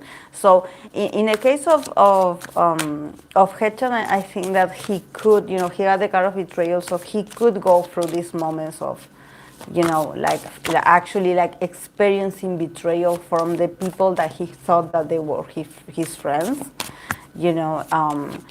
And I think that it also has to do when, you know, because sometimes when we are very young, we call people friends very lightly, you know. And in this case, you know, I share my experience because I remember it. I remember when I was like 17 or 18, you know, we used to go clubbing like every once in a while, and we will hang out with just a couple of my friends, you know, and I had my friends in there, but then one of them just like introduced to our group someone's cousin, that it was another girl, someone's cousin. And okay, she was new to the group. Okay, we accepted her. Yeah, let's go out. Like, yeah, let's go out together. Yeah, let's have fun. And I remember that yeah, we arrived to this place. Like, I was sort of seeing this guy, like not seeing him, but we would meet at the club, so we would see each other during the weekends. You know, it wasn't official. But, you know, everyone in this group, they knew that I was with this guy, you know. And she also, since she was new, you know, we would talk like, oh, yeah, you know, I'm seeing this person. Okay. Then I don't know what happened during the night. Like I went with my other friend. I went to another club that it was like a block away, and we were in there just having fun, you know. And then we came back to the place, and she was hooking up with the guy that I told them that I was seeing. And I remember that I was so upset because the one that was my friend, she was trying to sort of like push me, like to sort of entertain me so I wouldn't see what was going on. Um, and so I was like, I was like, and I sort of like I saw them in the corner, and I was like, oh, okay, okay. And then this girl at the next day, she came over to my house. She apologized. She was like, oh no, it was nothing. Like I'm sorry. Like like oh he was so nice, but he doesn't mean anything. Like I don't want to lose our friendship. And I was like, what friendship? She even wrote a letter to me. She was this exaggerated. I was like, what friendship? Like, you and I are not friends. You are my friend's cousin, but you are not my friend. And don't worry. I mean, like, I remember until this day, I was like, I don't like that person. Like, first of all, because it wasn't something serious, the guy wasn't my boyfriend, but it was a sort of betrayal if you know that, we already told you, we already like showed you. So, there's a lot of people at the club. So, and I was like, so this is how you do. Okay. And I don't know if then she hung out with my group of friends because I cut it connections right away. Like I started more like going out with my other friend, and we would go. Even I would avoid go to the club because I knew that they would continue going. And she was like, and my friend, the one that was my friend, she from time to time she would be like, oh, you know that she continues seeing the guy that you liked, and then he saw her a couple of times and then he left her for someone else, and I was like, I don't care because I already moved on. Actually, like, and to be honest, guys, like it's not that the guy was my possession. Like it's not that we were exclusive. But they knew about it, and actually, like I was seeing someone else the next week. I met someone else that I ended up dating that person. But I think that I was like, all of that happened in a few hours, So how can you want to be my friend and introduce yourself to my circle if you already have this attitude? So I was like, because you act like this. And you love to take, or you have this, that I don't want to be your friend. Like you really show me who you really are or what your values are. And of course, like I want to clarify, the guy that I remember he was a Taurus. The guy wasn't an angel himself because he also was a cheater. So, it's not that we were fighting for the guy. It's not the guy that I care about. It's more like, okay, if you do this now that we just met, like, I don't want to have a friend like you. But because what if I bring over my boyfriend? Would you seduce my boyfriend as well? Like, I don't like it. And I know about this guy, this Taurus guy, because then he ended up dating. Like I went to college with in the same college that he was in, and he was already like in a serious relationship with someone. And it had been years after we used to hang out at the club, and he would still hit on me. Like he would still find me and be like, oh, can we see each other? Can we hang out? And I was like, I don't want anything to do with you. Like, yeah, we met when we were 18, but I don't want anything to do with you. Like, I'm not attracted to you anymore. Like you, and you also have a relationship. Yeah, but I'm not happy. And, and what if, and he had this ridiculous idea that he was like, okay, if by 30, when we both turn 30 years old, if we both of us are still single, we will marry each other because we are meant to be. And I was like, what are you saying? Like, meant to be? Like, you are a serial cheater. And you're telling me that because I'm not giving you the possibility to cheat on me. You have this weird fantasy of us ended up together when you cannot even be faithful to your current girlfriend. Like, this is, it's not to mention like certain signs, but when you meet people that pretend to be your friend and they have this tendency of just like not having self-esteem, and it's like, can you not pick someone else out of the club, out of all the guys that are around? Even if this guy was flirtatious and he was like hitting on her, if you knew, why did you go there? So not so good a friend you are.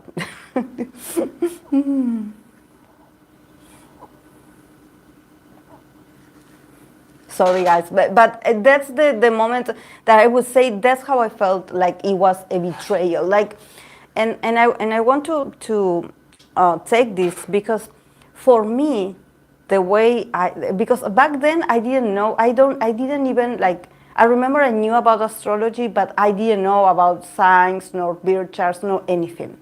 But I think that it was my Scorpio moon talking because it was like, instead of me getting angry and revengeful, I just stayed quiet.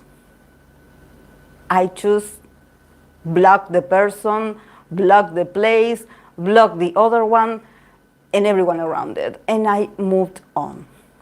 Like, for me, it wasn't like, this is why, because I felt it like a betrayal. I felt it like, okay, this is who you are, great, bye, boom. And I dropped the curtain.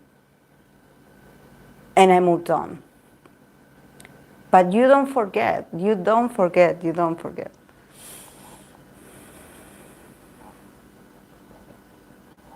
Oh my God, Leno is crazy.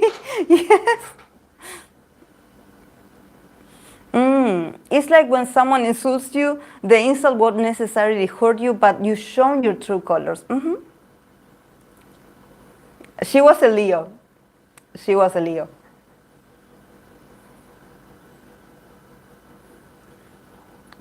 She was a Leo, yeah.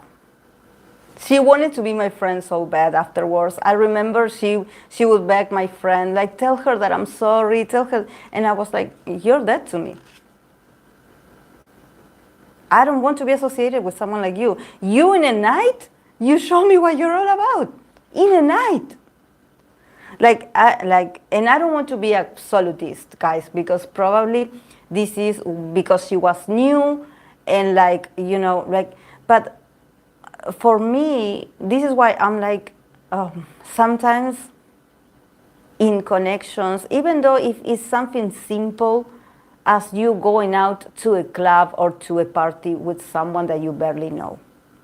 I trusted my group back then, but my group also betrayed me because they allowed it to happen. Or maybe they said something to her and it didn't matter back then because since I wasn't present, she kept going. Now, because I showed up and I found out about it, that's when she showed that she was so remorseful. So see? And I think that back then, you have two choices. You stay with that kind of people that would stab you in the back just at any random opportunity for a man, or you choose better. You choose better. Because that kind of person is not just about hitting on a guy or just hooking up with a guy that I liked. It's also about what if I don't know, I hang out more often with this person. This is the kind of woman that, they would leave me, alone at the club just to go chase some guy. They would leave me just at my luck. Or they wouldn't check on me to see if I arrived safe at the place. Just to be with a guy. you know, priorities. There's not much sisterhood in there. Do you see that that kind of people are dangerous? Because you go to a club with them, but if they decide to live with someone, it's like, oh, okay, you see how you find your way home. I'm living with this guy, you know. So yeah, I like, bye. And no, the night is dangerous, guys, and we know it. Like I'm very thankful, like because I had a lot of fun while I was very young. I was able to have fun, to go to the clubs and to just have fun and just dance a lot and have fun. But the night is dangerous, especially when you're very young and inexperienced. I met people at the club that I dated some, and then when I didn't dated them, then, you know, I hang out with my friends, and I had the best time of my life, and I wasn't hurt or, you know, in a very vulnerable or dangerous situation. But you know that we women, we are fragile in the night. So if you don't have a very secure group of friends, that they look up for you, you know, it's dangerous, guys. It's dangerous.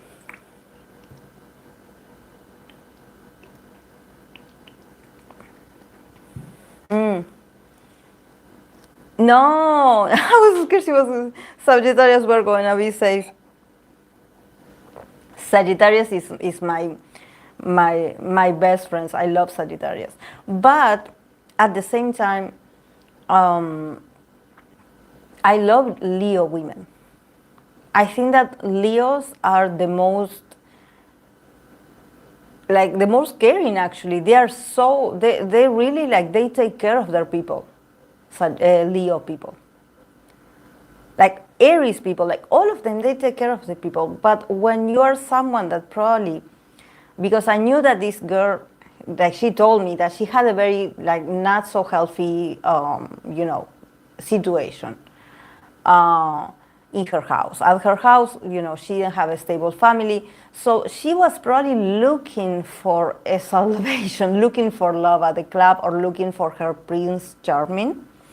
And definitely this guy was very charming. Like, he definitely had all, like, he was like perfect, like just like the Taurus men. They are, you know, beautiful, just like he knew what to say, what to do. This is why, like, he wasn't my boyfriend. We were seeing each other, like we were flirting with each other, but it was consistent because, you know, he always, like, find me, and you know, so my girls were, my girlfriends, they were like, oh, this is the guy that is with Vanessa, or this is the guy, you know. He would be desperate looking for me, like, so I was like, okay, I will give you a few hours of my time. Like, but you know, this is why I'm like, it's not like I was going to marry the guy, not at all. But you know, when you are very young and you're like, you know, this is the guy that I'm seeing, or, you know, the other one is like, oh, there's the guy that I'm seeing, you know, something that you share with your friends. So that was it, you know. But for me, it was like, okay.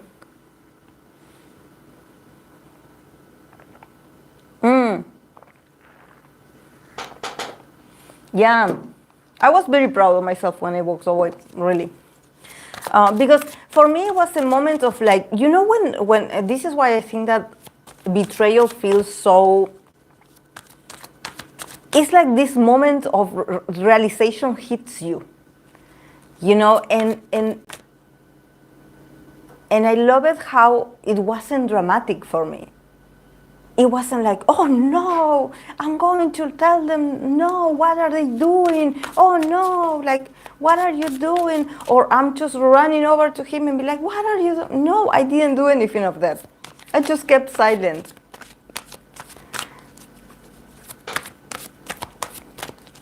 I was actually so, like, I was like, okay. But I believe that was the closest I've been to experience betrayal from someone from a group that I didn't know.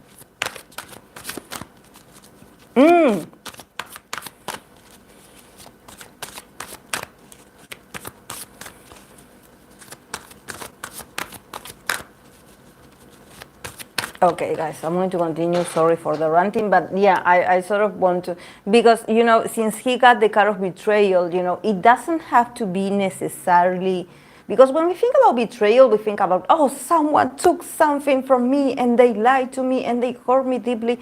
Sometimes it's not that. Sometimes it's a moment where you're like, okay, I thought I had this, or I thought I had this with this person, and then they showed me that no, they weren't really my friends, or they really weren't looking out for me like I thought they would be, or they really like didn't care. So it's a moment of, it's sad, definitely, and it makes you feel alone because you're like, okay,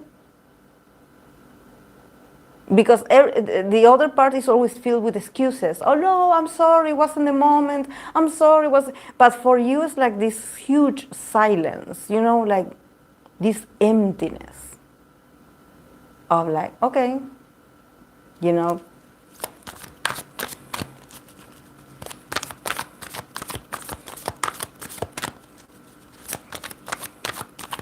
Yeah, but as a former manager, I helped a few abandoned women and some guys get home. I love Sagittarius people. I just love them.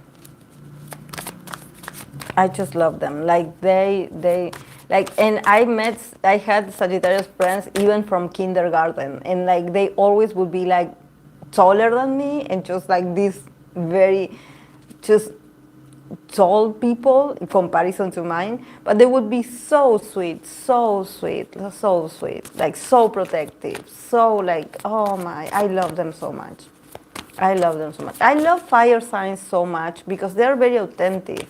But I think that sometimes, you know, when you have a group of women, there's drama, guys. And when there's a man involved, there's drama. So I know there's a lot of women's story that even they were betrayed by their own sisters, sometimes by their mothers, their best friends, you know. So, but for me, it was like sometimes I wonder, you know, what if I didn't come back to the club that night? They would have kept it from me. They would have lied to me. They would have kept that a secret. And then, you know, maybe if I had returned the next Saturday, I wouldn't understand like what is going on because, you know, I wouldn't understand. You know, so that's what made me realize that part of that group also weren't my friends. Because it took this one stranger to just come and interact with us just a few hours a night. And she already changed the dynamic and everyone were cool with it. And they just panicked because I walked on them and I found out.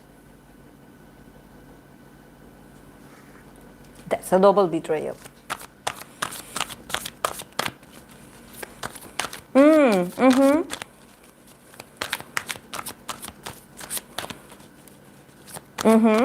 Yes.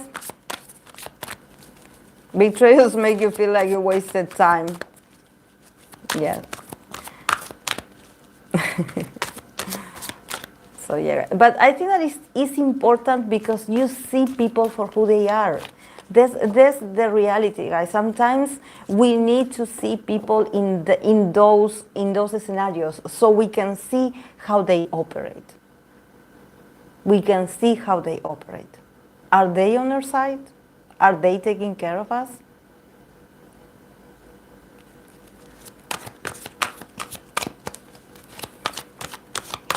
Are they really friends?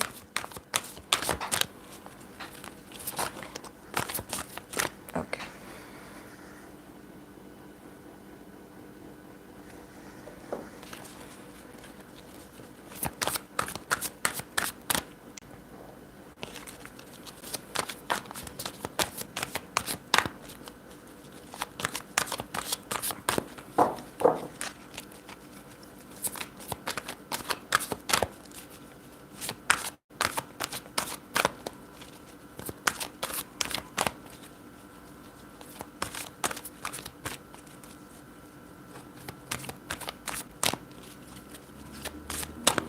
Okay, I'm going to continue with G idol Shuhua. Is it Shuhua or Juhua? Juhua. Jua, maybe? G-idol, Jua. I'm going to write it down, guys, just in case. Wait.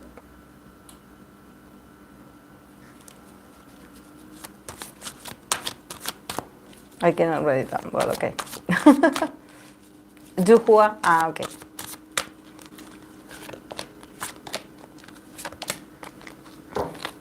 She's special. Is she a moon in Leo? She's so shining. I pronounce it with sound, but for the longest time I pronounced it with Tui. Shuhua. Okay. Very nice. Okay. For Juhua, G-idol, Juhua. And if I'm pronouncing it wrong, I apologize, guys. Okay. We start with the archetype of mystic. Magic child or magical child. And Don Juan or player.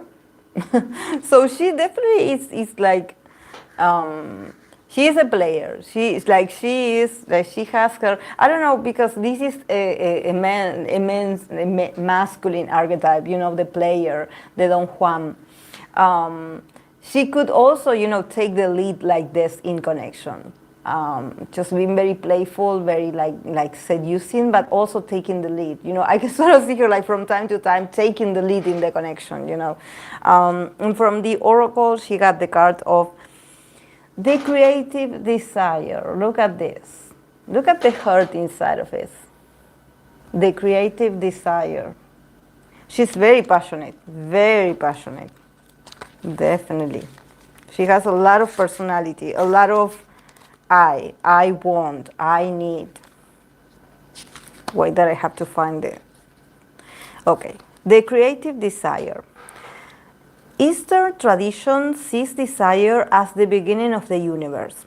This card is an invitation to not complicate life. Accept desire. It is not good to fight against sexuality. Every repression will have you fighting against yourself. And to reach full realization, you need all your strength. The card indicates that you are in tune with the creative power of the universe. So definitely I think that this card, yeah, is all about her embracing her desires. And probably, you know, she is a very sexual person.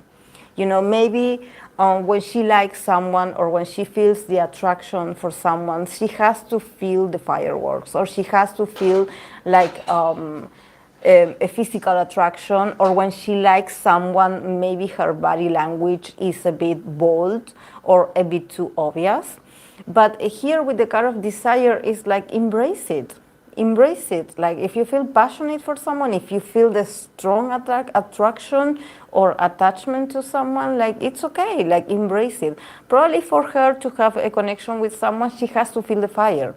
She has to feel the attraction. She has to feel the pull, you know. It's like I need to have desire in my connections. I need to desire my partner in a connection. If I cannot feel the desire, I feel like it's a waste of time, of my energy. She probably is very sexual, or she has this need to feel a strong, even when this means probably bringing a bit of drama into the connection to sort of light up the fire, you know, to get the connection going. But yeah, she is very mischievous. I think that she has a lot of personality, so this is not for the, you know, the kind-hearted person. Like if you're too romantic and soft, she probably will exhaust you because it seems like she needs, you know, she's very passionate. So, and you need to play along with her, like you cannot ignore her. So yeah. Well, we start with the mystic that it says, reveal an intimate union with the divinity or divine, with the divine. Definitely she is and she also got magical child, magical child. So probably when she is in a connection, she acts like a child, but also she's so cute, you know, she's so cute. Like her energy is all about movement, it's all about discovery, it's all about having special moments with her person, you know, having this, maybe even this very intuitive connection of like, you know, I look at you and I know what you want, or you look at me and you sense what I want, you know. So there's this very playful energy of like, I am magical, like, and also her bringing mysticism and magic into the connection. You know, she probably is someone that she believes in the magical aspect of love, or she believes that love can heal you, or that love makes you see the magic in life. So I see her like just being very entertaining, and just being like this very sweet, and just like, you know, being mischievous every now and then, but just to make the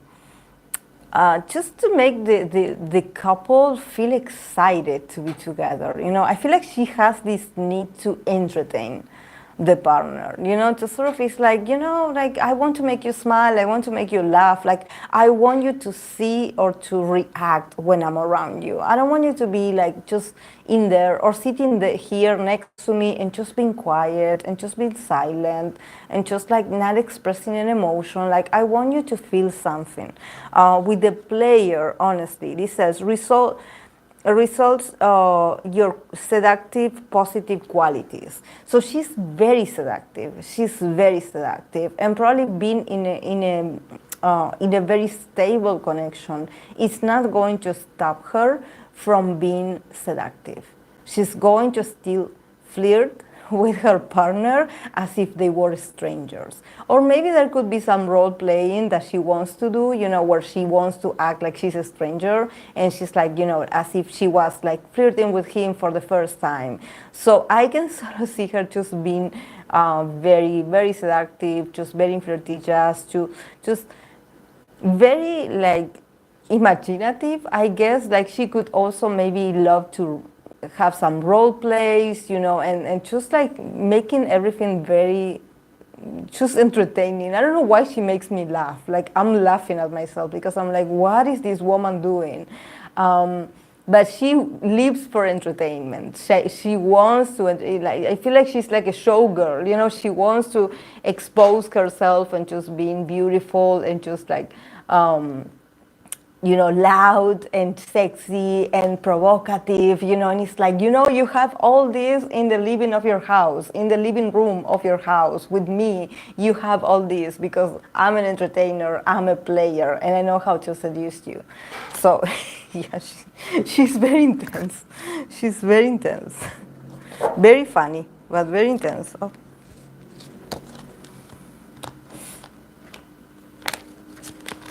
It's not for the boring kind of types. I mean, you can be boring, but you have to be a great audience. You have to show reactions, because she's going to leave you if you don't react to her.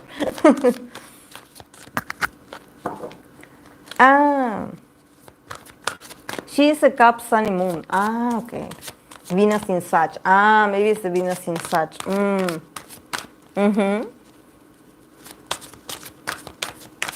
Hey, Kitty. She knows how to keep the relationship alive. Yeah, it's like, you know, having an entertainer in your house, in your living room. Like, she is, like, I could sort of see her, like, also wear different costumes, you know, and just being very, like, performative. Like, I don't know where she has like, she has so much energy.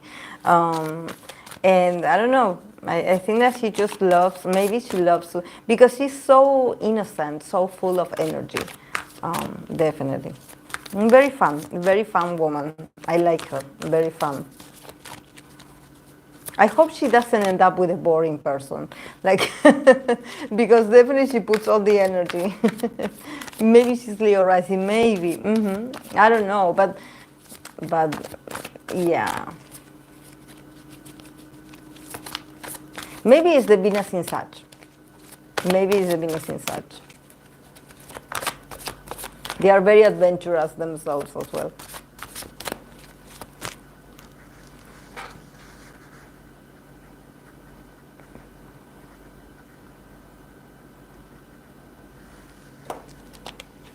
Okay, I'm going to continue with Lisa. Lisa, Blackpink Lisa.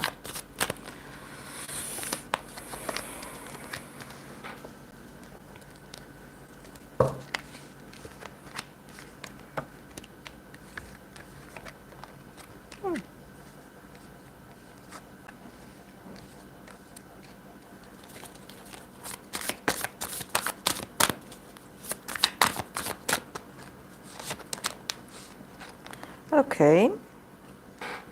Okay, for Lisa, we have this that I don't know how to pronounce it, but is this the saboteur? Saboteur? Saboteur?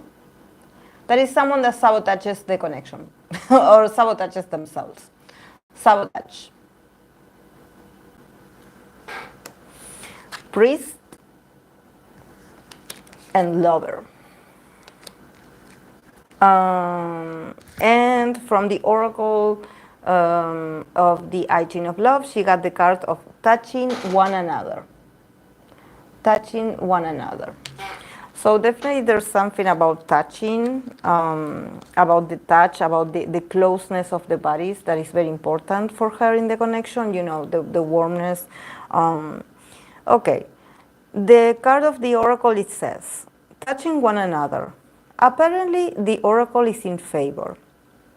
For a moment, you find yourself living in a dimension free from any apprehension. You flow in spite of yourself. However, the oracle also warns, since all this is caused by something external to you, it inevitably depends on that catalyst. So it is unstable.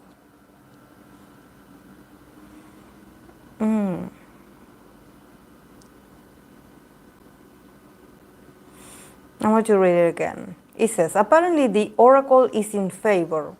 For a moment, you find yourself living in a dimension free from any apprehension.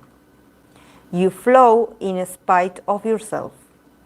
However, the oracle also warns, since all this is caused by something external to you, it inevitably depends on that catalyst. So it is unstable. Yeah, I think that because if we think about, you know, touching one another, you know, do you see that there's like this person touching? I think that this could be her, and this is someone like touching her or caressing her or just wanting to talk to her, approaching her, you know, and how it seems like she's the one observing or seeing the person doing this. So this is why it says like it's a catalyst, because it seems like it's someone that it's something that other has to do for you. You know, it's like this is not, even though it says touching one another, it's more like it's the other person that initiates the touching. It's an external force. It's not that you initiate the touching. It's more like you receive it or you are waiting for it to come to you. Yeah. Like I sort of see it because we start with the card of sabotage. So I think that definitely in the connection, you says your fear of empowerment, personal empowerments, and change that it would introduce. You know, in the here you see this person like sort of wanting to pinch the glove. You know, do you see that this person has like something sharp that wants to destroy the glove? So. Yeah, I think that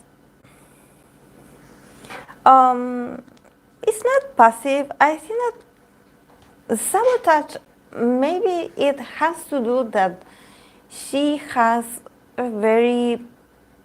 You remember how the other day I was talking about from the oracle that I got the card of receptivity. Sometimes you have to know how to receive. And here when you have the card of sabotage, it means that probably she receives something very good, or she has a partner that gives her everything. But somehow there's a part of her that she's like, oh yeah, thank you, I love this. But then she starts an argument, or then she starts a fight, or then she says something hurtful that sort of spoils the mood. You know, this is supposed to be romantic and it started very well, like the person did something right, but somehow you find the flaws, or you say something that it didn't sound very nice. So you are sabotaging the connection. So I think that from time to time, maybe Lisa has this,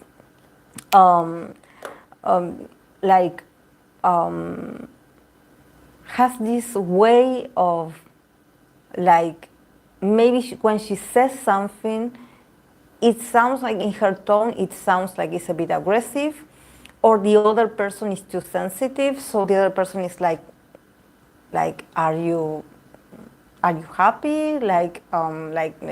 You know, maybe she finds partners, or she could potentially be in connections where the other part is also very sensitive. So she has to sort of adapt to also being much more careful with how she communicates, or that every little thing that she does, that it is not going to affect the connection, you know, or even to seem for the other part that she's doing this on purpose.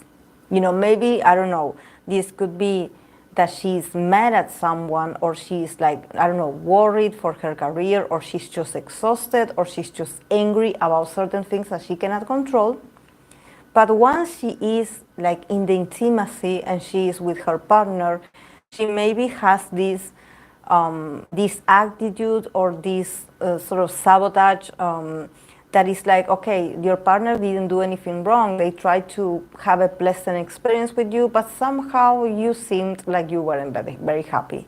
So you brought your work issues to the intimacy of your home, or the intimacy of your relationship. So be careful of that, you know, to not sabotage the bond. Also, the priest, it says it facilitates the spiritual commitments. It acts like a channel of spiritual energy. So yeah, with the priest, I think that she has the potential to heal the bond. You know, the priest is also someone that has like this way of channeling this spiritual energy. She's also very intuitive, so she has the potential to transmute maybe this sabotage energy that she expresses. But it seems like, you know, she probably is the one that causes the issues, and then she has to get into this priest mode to sort of fix what she created. You know, the priest is also someone that is like, okay, like, I'm trying to, you know, do what is right here. I'm trying to be respectful, like, less focus, less have faith, you know. So I see her like, okay,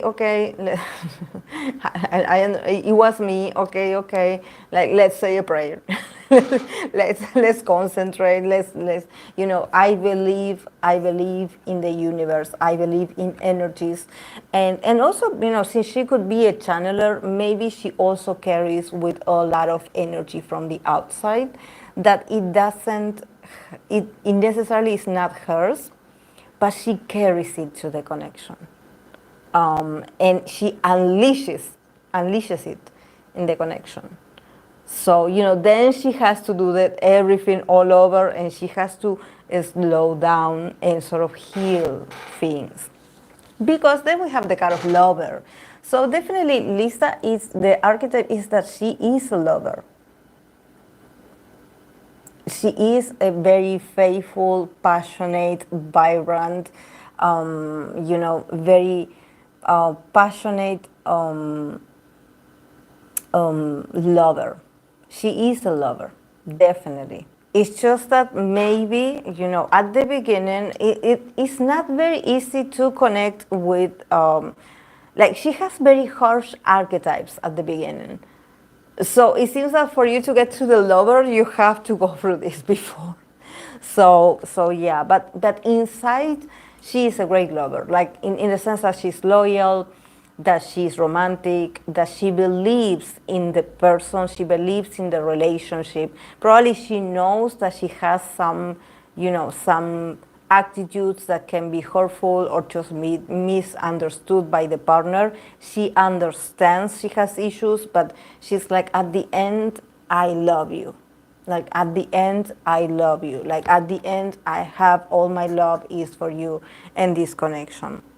He says the lover archetype it has enormous passion and devotion, and appreciation, an unlimited appreciation towards someone or something. So see, she's very devoted. She's very devoted. When she is in the lover's archetype, she's just full of love, and she's so devoted, and she's so like committed. It's just that maybe, yeah, she has another side, another traits of her that she brings into, it's like she enters the connection slamming the door, you know, slamming the door and sort of bringing the chaos from outside, and she has to sort of work with that energy, unleash it, and then moving on. But yeah, this is why she got also the card of touching one another. If you see, do you see, like, I think that you remember that I said, for me, this could be Lisa and this could be her special someone, you know, sort of caressing her and trying to calm her down. She needs someone like this. Someone that can calm her down. Her anxiety, her anger, her frustration, and sort of connect her more like the lover.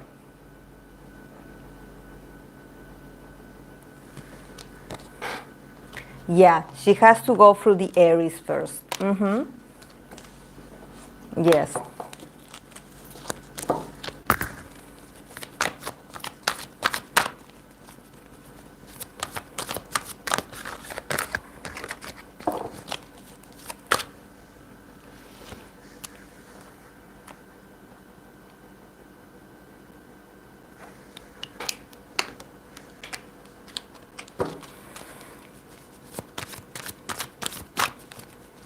Okay, I'm going to continue with Itzy Jeji.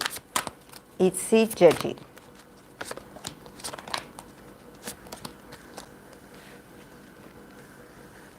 This deck is beautiful. If you look at it, it's actually I didn't have the chance to go through all the cards because sometimes I often pull the same, but this is a beautiful deck. Okay. Look, for Jeji, she got failure, just like Hison. She got the card of failure as well. Okay. So she got the archetype of liberator, wounded child, and networking or networker. Yeah, and she got the card of failure. Again, I'm going to read this.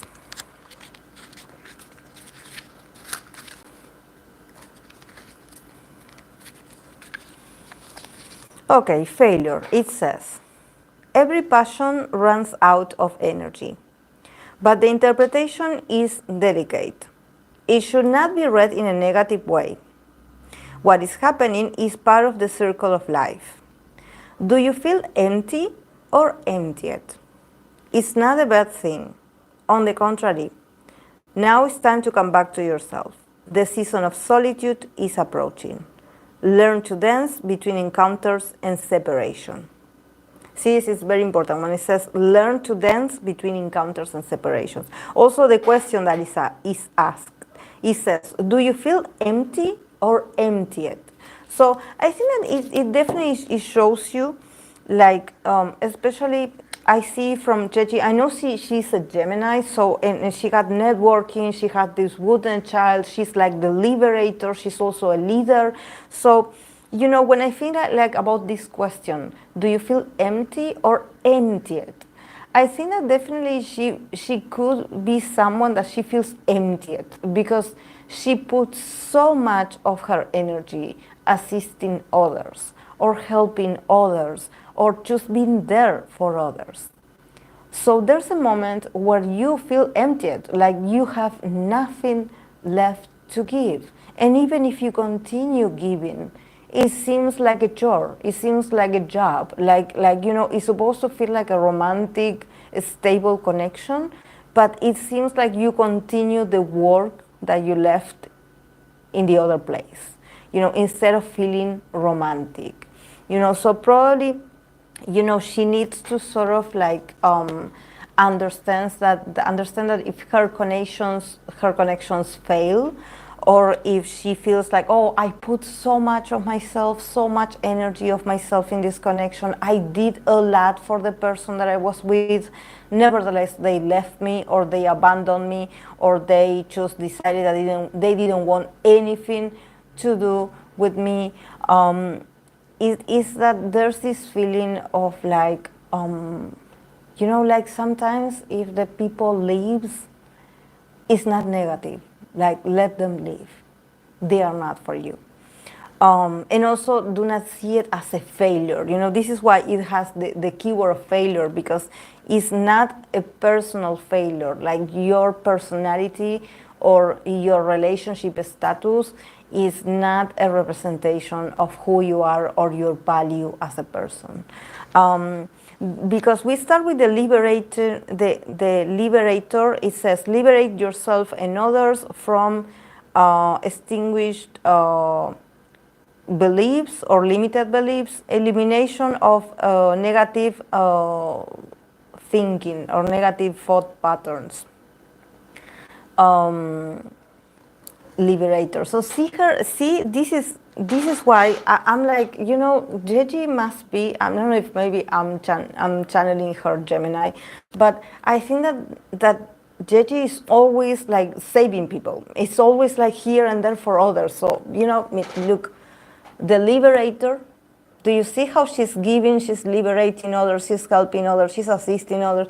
And then we have the networker or the networking. See how she continues like running around for others, being here and there, and just trying to like, do you need something? Okay, I will go here. Do you need anything? I will get something for you. Okay, I'll be right back.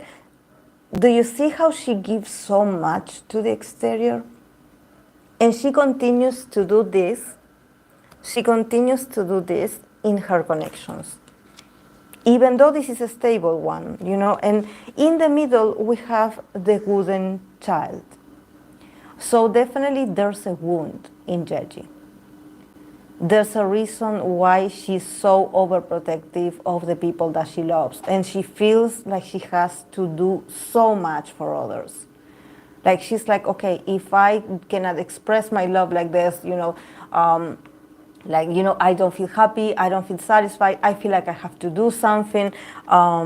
It says, it wakes up the compassion and the desire to serve other wounded children.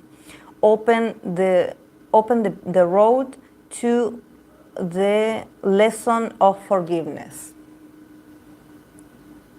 So, she probably, because it says, like, it awakens the compassion and the desire to serve other wounded children. So maybe her from this archetype of the wounded child, maybe she also attracts in connection some people that need healing, or some people that just have a lot of issues. They had traumatic experiences, they had a traumatic childhood. So there's something that is calling from her wounded child archetype that is like, she probably attracts people with a lot of issues. So it's like, this is why she feels like she maybe, I don't know why, with the networker, I feel like she even has to find these people, like her potential partners, a job.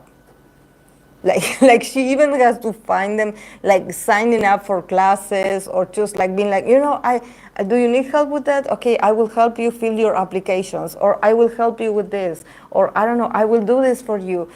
Sort of like being like, I will help you, because there's a part of her that is wounded, and she's like, I recognize wounded people when I see them.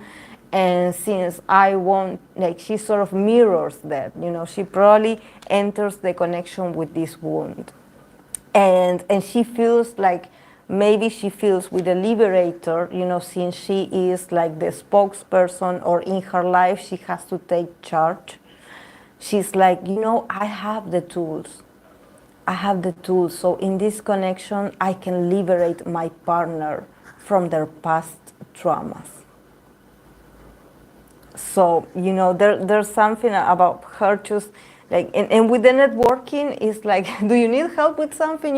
I know someone that can do this for you. And then, like, a lot of talking, but just from a place of like, I want to keep you, I want to like assist you, I want to help you get out of your darkest moments. Or maybe, I don't know, if she has like a partner that is going through depression, or just doesn't feel like they want to keep, you know, just being active. She feels like in this liberator kind of like energy, that she's like, okay, I will give you what you need. Like, do you need information about this? I will go and find it for you. I will send you a link. Like she doing a lot, you know, doing a lot. And it's exhausting. And I don't know why. I think I said this about Jeji at some point. When I pulled cards for her, I remember it wasn't this year, probably was on one of my live streams of last year, that I read for her. I believe for Gemini season, I read for her. And I said something about her having a relationship, and she like feeling like she had to do everything, like she had to do everything for the guy or the person. So yeah, definitely she has, the archetypes are like, you know, she has this tendency.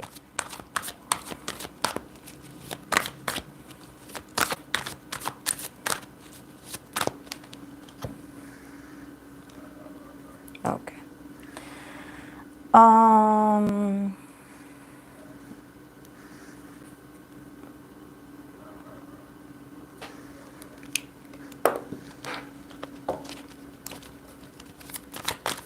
I'm going to continue with Ateez Tuno.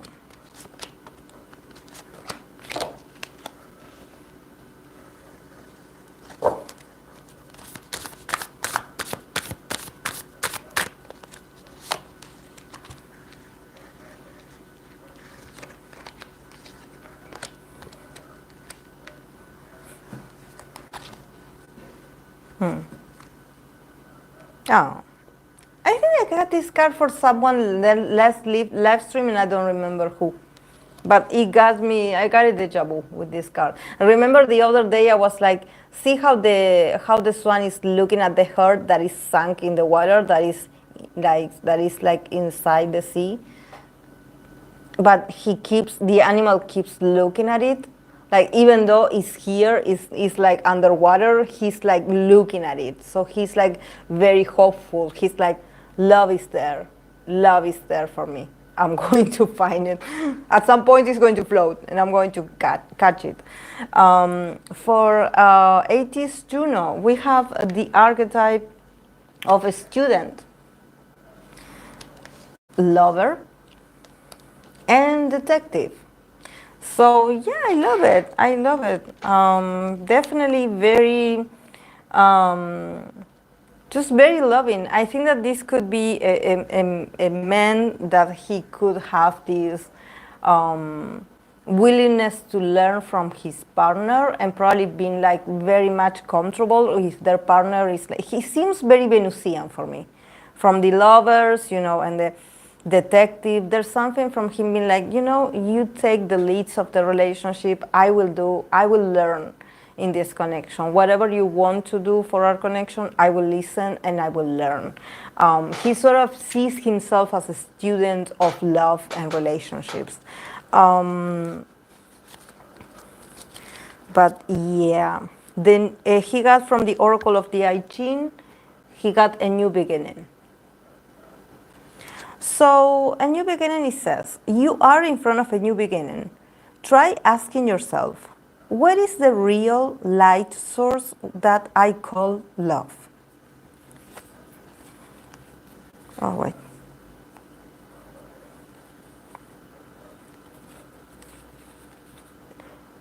In this way,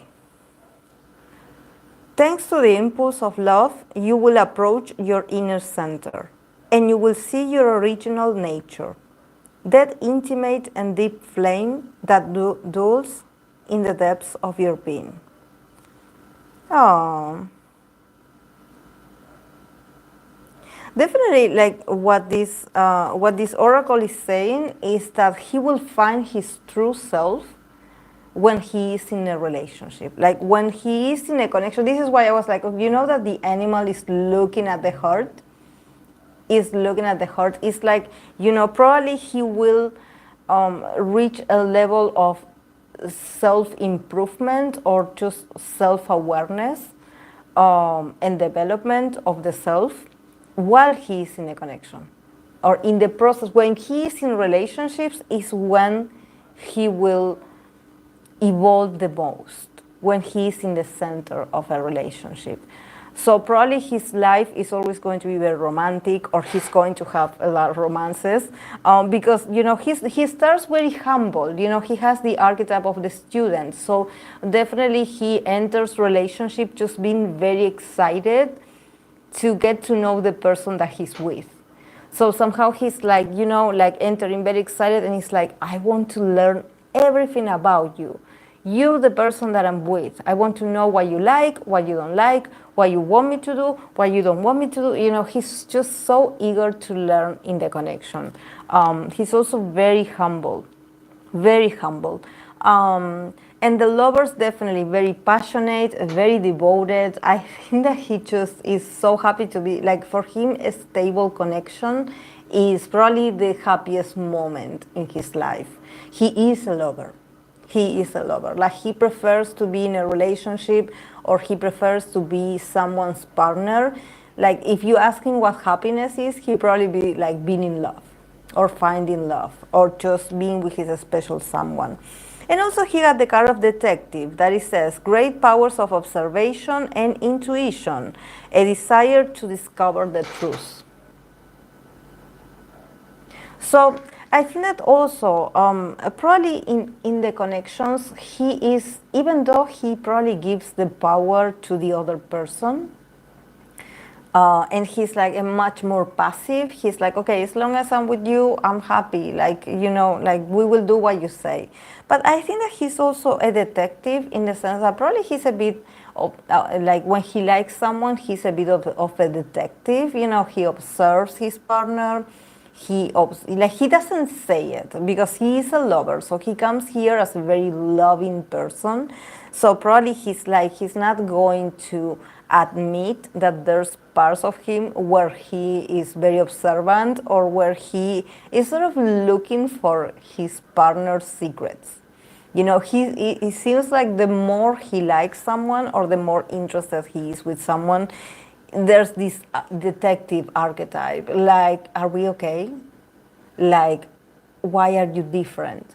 Like, is there something going on with you? Does he have a Scorpio placements? Because it feels like this. The detective literally, it feels like, okay, I want to know everything about our connection. What is going on? Like, are we okay?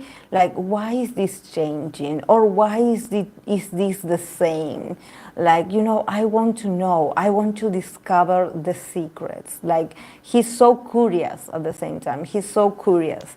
Definitely, I don't see him like, you know, breaking up or just like being distrustful. But I think that he's so interested in humans' connections or relationships that he cannot help but to be very observant, a bit possessive, I would say, a bit obsessive, and also a bit intuitive. You know, maybe with his power of observation, he can sort of sense certain like patterns of behavior and being like, why are you wearing that? Who are you seeing? Like, where are you going? Like, I don't think he's jealous, but I think that, I don't know, he seems very nice. So, and he seems very willing to please the partner. So, you know, maybe, you know, his detective part could also be of help if he could potentially like be cheated on, or if he has, I don't know, if he attracts a partner that, you know, is very, I don't know, is just, you know, has the potential to be involved in different affairs, you know, and him with his detectiveness, you know, and him also acting like a lover, you know, like acting like someone that doesn't have a clue, but actually he does have the clue. He has them all.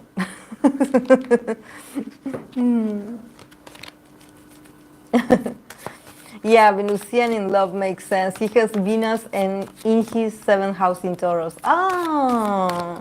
In the 7th house. Ah, he's a Scorpio rising. Oh.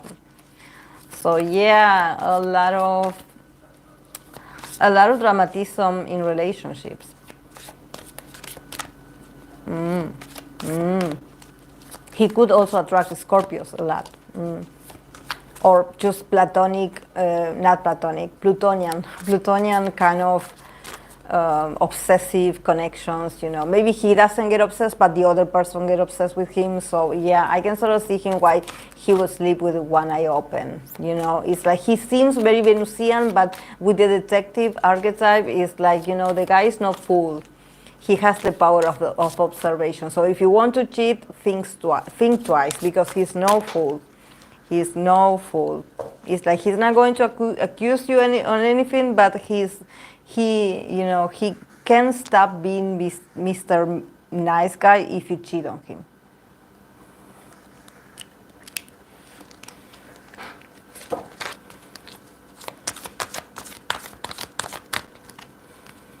The whole reading makes perfect sense with his chart.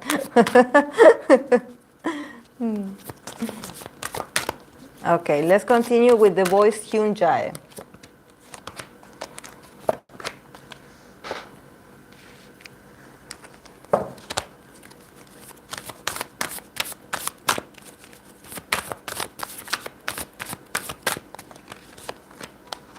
Okay.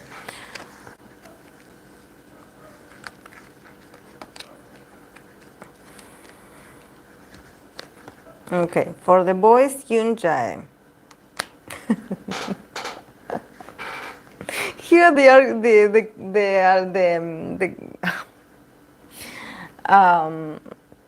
the oracle of wind. And the wind, I want to see if you can, wind. So if you see like this tree, this small tree, how it's waving, it depends on where the wind hits him. So it's like, this is how he is in relationships. He goes with the flow, like whatever the wind hits him, it's like he goes with the flow. Okay, he sounds suspicious. Yeah. Okay, we start with this I don't want to say lawyer. It's advocate, I believe it is advocate, martyr, and prince. Oh wow, he definitely knows how to use his charms. Like we know it in this channel. We know it, Hyun Jae. We already figured you out.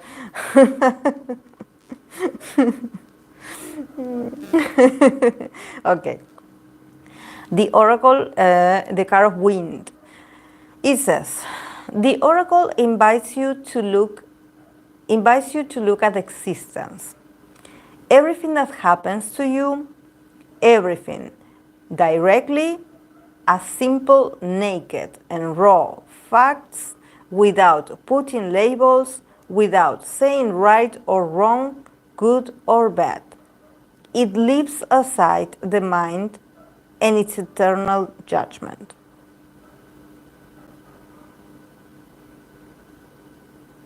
I'm going to read it again. The oracle invites you to look at existence. Everything that happens to you, everything, directly, as simple, naked, and raw facts, without putting labels, without saying right or wrong, good or bad. It leaves aside the mind and its eternal judgment. So this is very fitting for a Virgo. Like, whatever happens in your life, do not judge it. Like, you know, this is why we have the wind, because it's like, you know, a lot of things can happen in your relationship, or a lot of changes, or just, you know, and also when we think about all the things that the oracle is like, everything about your existence, like, leave it to a side. Do not judge it. Just take it the way it is. So probably it has to do with his potential partners, or maybe how he ends up in these connections, and how he behaves in these connections, and how then he changes, and then how the other person behaves in the connection. Maybe, you know, there's a lot of lessons in the connection that he's going to be in. Here we're talking about the behavior that he would have while being in a stable connection. And with the Oracle of Wind, definitely it is a card that the advice is not to judge and sort of adapt to whatever happens in the connection, because probably everything that happens in that connection is not only that he has information about himself and that he can learn, he can grow out of this, but probably, he's going to change a lot. Sometimes before we enter a connection, or maybe we had always had like this very unstable and short-lived relationships, and it's like you always been like, oh, I always behave like this in connections. Yeah, I always did this. Yeah, I remember when I was younger, I did this, and then I did this with this other person that I met, and this person I dated for 2 months, and then we did this, and then, but in this very stable, probably important relationship of his, he probably is going to notice that he's going to change a lot, or that he's going to allow a lot of things to happen, or he's going to adapt to certain things that he was like, my old self would have never agreed to this, or I would have never done something like this. But, this card is also like a way of, this is why we never have to say, like, I would never do this, because we earth signs, we can be pretty judgmental, especially when we are young and we are popular. We can have a bit of an attitude, like, oh yeah, like I would never do this in a connection. Oh no, the other person has to adapt to what I want. And like, we have this and sometimes we have the luck of attracting, people that actually go along with our desires, or, our whims and what we want, and we feel like, oh yeah, because I'm amazing. And probably, about him, Jai, he also has this attitude of being like, I always get what I want from my partners. Always. And somehow in this connection is like, I believe that this connection, this stable connection, is going to humble him. There's something about like, you are not the star here. Like somehow it's not that he's going to not have a good time, but probably he's going to have to learn to negotiate. This is why we have the how did I call this? I want to say the lawyer, but this is not the lawyer.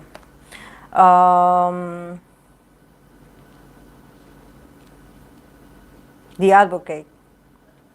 It says, it inspires you to put in practice your compassion. Advocate. So it's like about him being more compassionate with his partner. And sometimes understanding that if they, maybe, he is a very smart guy. Definitely I can feel it when I read for him. He's very smart. He just knows things, He's also a very popular person. So he has this, he's just confident in life. So maybe, he could attract a partner that is not that confident, or a partner that is a bit more humble, or a partner that is a bit more hesitant. So there's something about him, do not be judgmental of your partner. Do not be judgmental of your partner. Like, do not put a label on them. Do not say like, oh, you're lazy. Oh, you don't know how to do this. Like, because Virgo people tend to do that in relationships. I've seen it. In my personal experience, like dating a Virgo for 7 years, I personally, from day one, I put them in their places. Every time they wanted to use the condescending tone to me, I was like, do not talk to me like that. I'm not your friend. And they learned from the beginning that you do not talk to me like that. But they were used to doing that with their partners. You know, like, oh yeah, I know about it because I have this great memory and I know about everything and I'm so intelligent. You know, I don't know if women do it, but men have this attitude, you know. And at first when you meet them, it's cute. But then, you know, in the intimacy, when they do that, if you do not put them in their places and if you do not confront them about what they do, they will get away with it. They will get used to like, oh, since you didn't say anything back then, it seems like it didn't bother you that I called you that like you're stupid. Like, I'm going to keep doing it. You know, I'm going to keep being condescending. So you have to sort of put them in their places, you know. But yeah, I think that you know, with the advocate, there's something about him also sort of having to adapt that maybe their partner is not that perfect person that they thought at the beginning of the connection. You know, sometimes the more you live or you share with the person, you realize that, you know what you initially thought of them, it was just a facade. And then once you start living with them, you start seeing their flaws. And they also start seeing yours because you're not perfect as well. But yeah, about perfection, you know, he got the martyr card. So definitely, if you call him out on his BS or in his own defects, he's going to act like a martyr. Like, oh, I'm not trying to offend you. I'm just trying to help you. Yeah, I'm helping you by telling you that you're being offensive. It says, the lesson of the transcendent nature to the service of one another of a cause. Yeah, it's all about being selfless. He has to learn to be selfless in the connection, to forget about the I.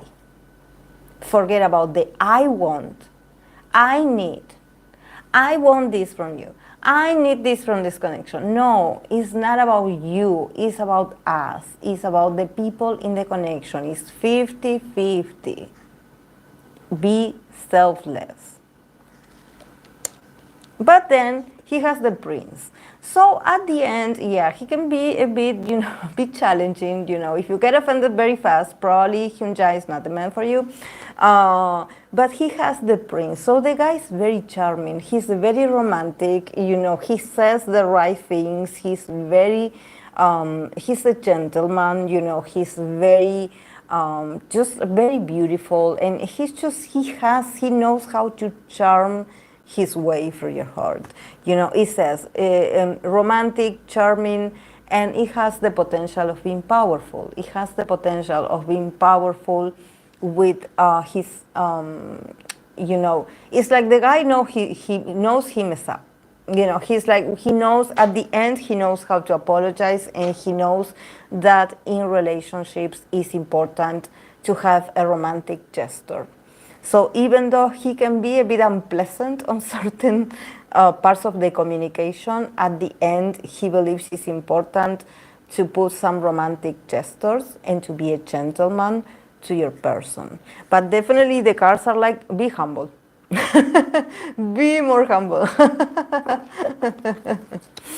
Be more humble. But yeah, the connection actually is going to teach them that, because probably, you know, just like I said, sometimes when we are with our friends, you know, and we are all hanging out and we are like, you know, I would never date this kind of person because I am like this. But then life sends you someone like that with those traits that you say that you would never date. So this is why the cards are like, be like a wind. Adapt to every movement and change, because you never know.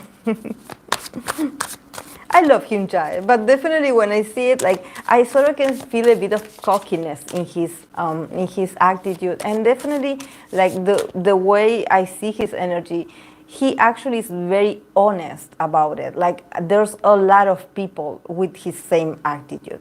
It's just that some of them, you know, sort of pretend to be the nice guy, or like, I'm so nice, I'm so innocent, and they are not innocent. So in that case, I prefer sassy and cocky Hyunjae before another ones that they pretend like they're the perfect boyfriend and like, oh, I'm so nice and I'm so romantic, and then they mistreat or they are aggressive or they are passive aggressive to their partners. That's more toxic. Is it just cockiness or narcissism? I don't know.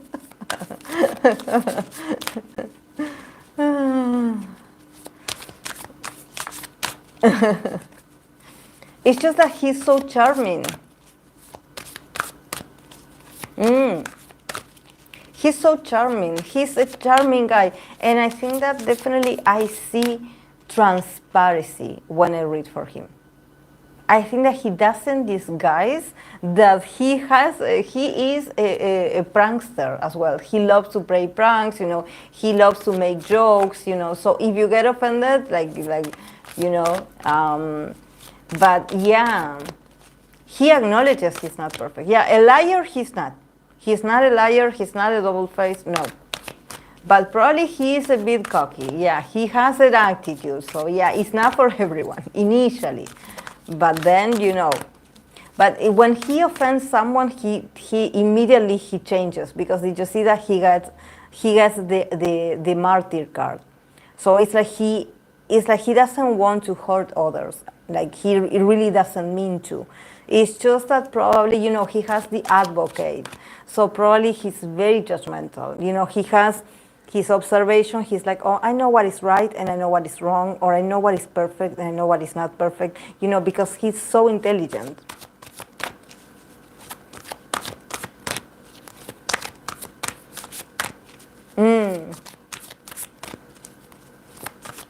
Yeah, a little bit of cockiness is okay, but he's not a liar. He's not a liar, definitely.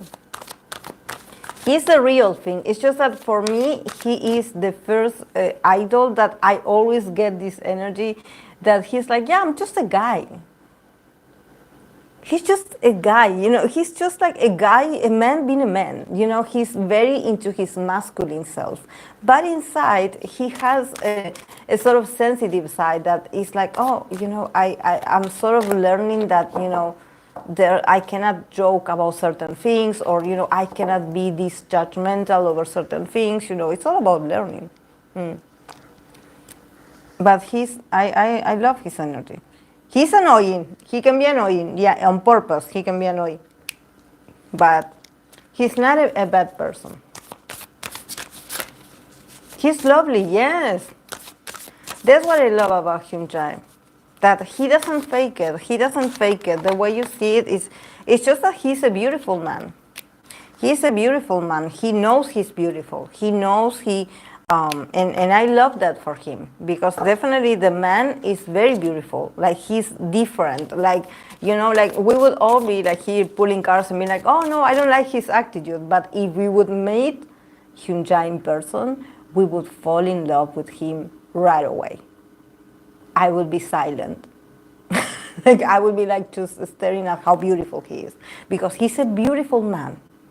Besides, and he's a charming one. Besides, you know, him being an idol and everyone being like, oh, he's an idol, you know, idols are beautiful. But I bet that Hyunjae, as a man, a normal man, in person, he must be so attractive. So attractive.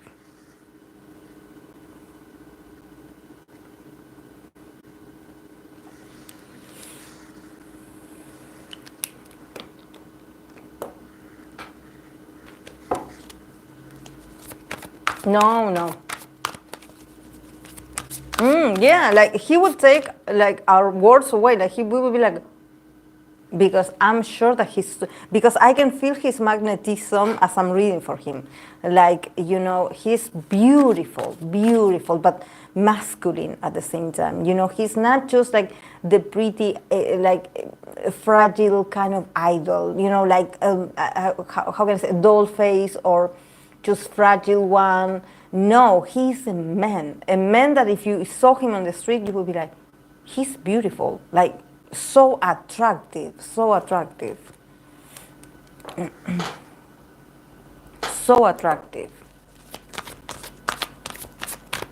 And when you're beautiful and you know it, you go through life just being funny because you're beautiful. Like, and he's popular. He's popular. It's not that he's beautiful. Everyone tells him that he's beautiful. Like you know, it's like he knows. He knows. He's just, I would say he's breathtaking because there's something about him just being beautiful. Beautiful. Okay, I'm going to continue with Leno. Stray Kids Leno. Stray Kids Leno. Did I say hi to, did I say bye to Jedam? Oh, if I didn't say bye Jedam, I'm sorry. I was talking so much. Oh, okay. For my bias, for Leno, another one that he got the card of waiting. Just like Taemin, he had the card of waiting. Okay, I'm going to read this. First, I'm going to show you the oracles. Leno got Seeker and 2 children archetypes. So he is a bit childish in connections, I would say, like, but very positive. But you probably, his inner child would come out to play when he's in a connection. Magical child and natural child. So a lot of children here, a lot of child energy. And the oracle, he got the card of waiting. So yes, let's see what it says. Waiting. In love, it is important to let love itself be fulfilled. Waiting is a spell. For a moment, you come in contact with who you are. You are completely centered in yourself. The oracle says you are waiting. Don't wish for anything else. So again, this is something that is also very magical of Leno, that he doesn't chase love, no relationships. He waits. Do you see how we have this cup of tea or this cup in here and we have the heart? So he's waiting. He's patiently waiting for the love of his life, or he's waiting for this stable relationship, because in this dynamic we are seeing how they behave in a stable connection. And I definitely see him like just waiting. And while he's waiting, he's centered on himself. Just like when I read for Taemin, you know, people that are centered on themselves and what they have pendant to work on themselves, also reflecting a lot about their life experiences, you know, not so much like thinking, oh, when I meet the one, I'm going to be like this, and when I'm in a relationship, I'm going to do this. Like, he just waits. He waits. Because we start with the card of the Seeker. So definitely, like, this is, for Leno, everything is so, I would say, philosophical. Maybe we are catching a bit in his moon in Sagittarius in here, because it says, thirsty for wisdom and truth in there where it's found, or wherever it's found. So definitely, I think that relationships for Leno, is a mystery. He definitely is. He wants to be in a connection because he's sort of seeking for, maybe he's seeking for his own self. Like, he's very curious about, like, okay, how will I behave in a connection? How will I be once, or how do I know if I'm in a stable relationship? Will my personality change? Will my priorities change? Will my surrounding change? Will I change the person that I'm with? So definitely for him, it's like a sort of a spiritual, a very philosophical, personal journey where he goes inside or within himself a lot, and he reflects a lot, like, okay, I'm in this connection. I am in this stable connection with someone that I trust. I need answers. Like he definitely, maybe he wonders about life, about what love is. Very philosophical questions about like, okay, like probably reading. I don't know why I get that we would get Leno while he's with his partner reading a lot of books. like I don't know, him studying a lot because he feels so good and comfortable to keep asking questions. And these questions it's like much more about like, okay, what do I love about my partner and what does my partner love about me? No, it's more like love and connections are like this huge mystery for him. So I sort of see him like seated, comfortable, but also curious about like, oh wow, like we are here together. Like wow. And also with magical child and natural child, he probably also is looking for his innocent self. He probably, because we see the seeker, and also we have these two archetypes of children. So definitely the magical child is someone that brings magic into their person's life. He's going to bring magic and he's going to bring probably faith into the connection. Like somehow, I don't know, he touches something or he touches his partner or he just does something for his partner and he changes their whole morning. Or that he changes, I don't know, he prepares, I don't know, lunch. Or he just prepares a present or a gift for his special someone, and that element has magic in it, or has just something that is so healing and so special that maybe his partner, or maybe even himself, he didn't think that he had this magical touch. So him starting to see patterns and coincidences in this connection and being like, wow, I'm starting to believe in magic that I didn't believe before. And also with natural child, definitely I could see Leno also connecting a lot more with his pets. I know he has cats and he loves his cats, but in this sense, I could sort of see him like maybe having more pets on his own with his special someone, and also maybe having plants, having a garden, or just like, I don't know, playing with children, assisting children, just a lot of noises, a lot of just him being funny and being a child again.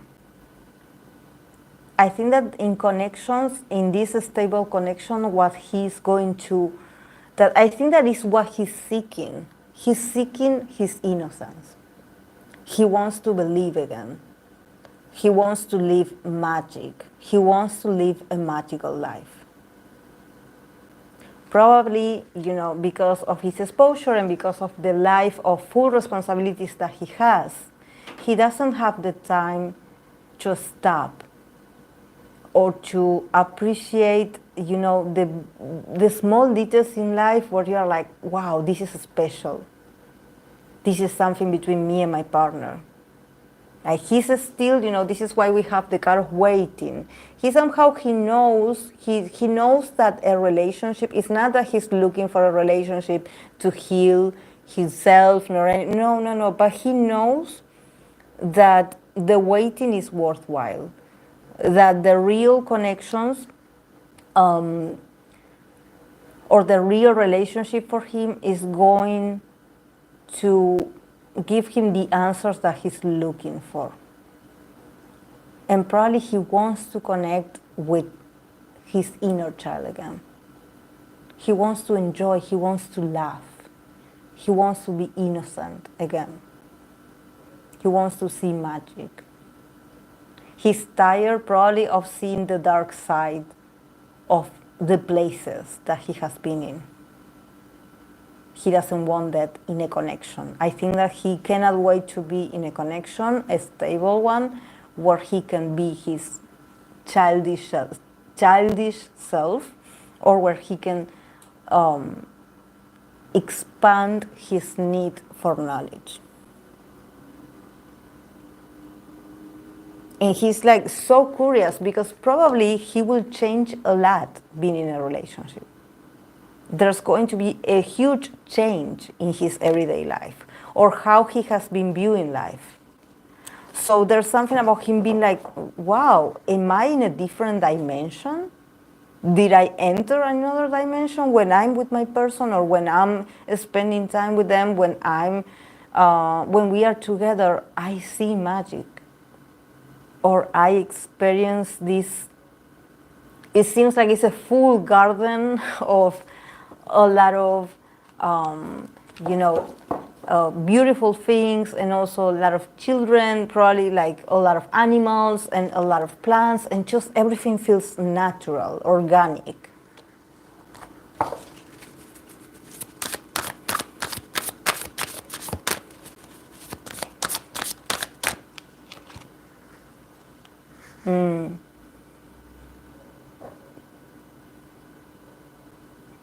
Maybe he feels like his career as an idol drains him and he wants to have simpler concerns again. Yes. Yeah. Yeah. And maybe he's just a very philosophical guy. So since he notices the change, the shift in energies, he feels that he's stable enough to study it, to start asking questions like, why am I feeling like this again? Like, why am I feeling so innocent or so,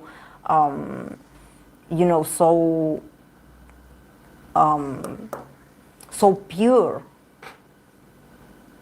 Maybe even feeling like he's sensitive. When you want to cry, when you feel very sensitive and you're like, oh, like you feel like you feel every emotion very raw.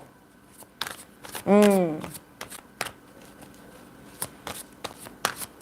also with the card of waiting, he probably is also waiting for maybe to slow down with his career, and then he's like sort of like thinking like, I have no interest of being in a relationship now that my career is so active, but I'm still waiting. I know when the time comes, I will be able to enter one. But I think that now that he's in the rush, now that he's like, in this just in a very, lifestyle that is all about go, go, go, let's go here, let's go here, let's do this. Like he's just, he's not like, oh, I'm looking for love and I want a relationship to save me and take me away from my stress because I'm stressed. No, he's like, no, I will wait. The right time will come. The right person will come. I'm not in a rush. I'm not like, I don't want a relationship to fix my issues or no. The right time and the right person will come when it's meant to be. Okay.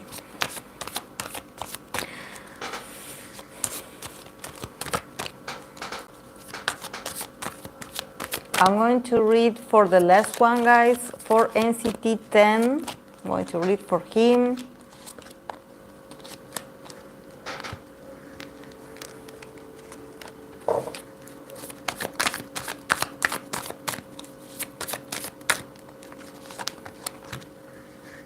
But yeah, his moon in Sagittarius came up like. Okay. Another one that got athlete, so another competitive one. Okay, oh, this is so cute. Look at this woman. Looking at one another. Look at this woman. Isn't she beautiful? Her eyes are so beautiful. It's so cute.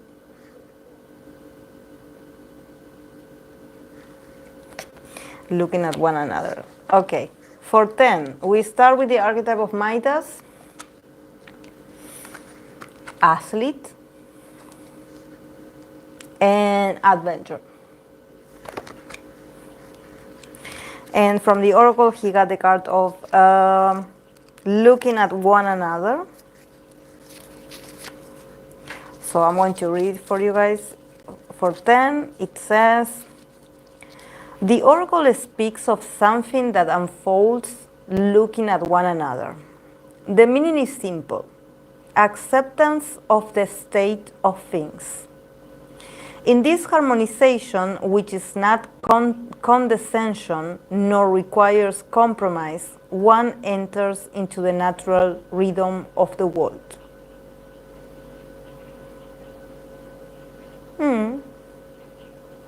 The meaning is simple: acceptance of the state of things.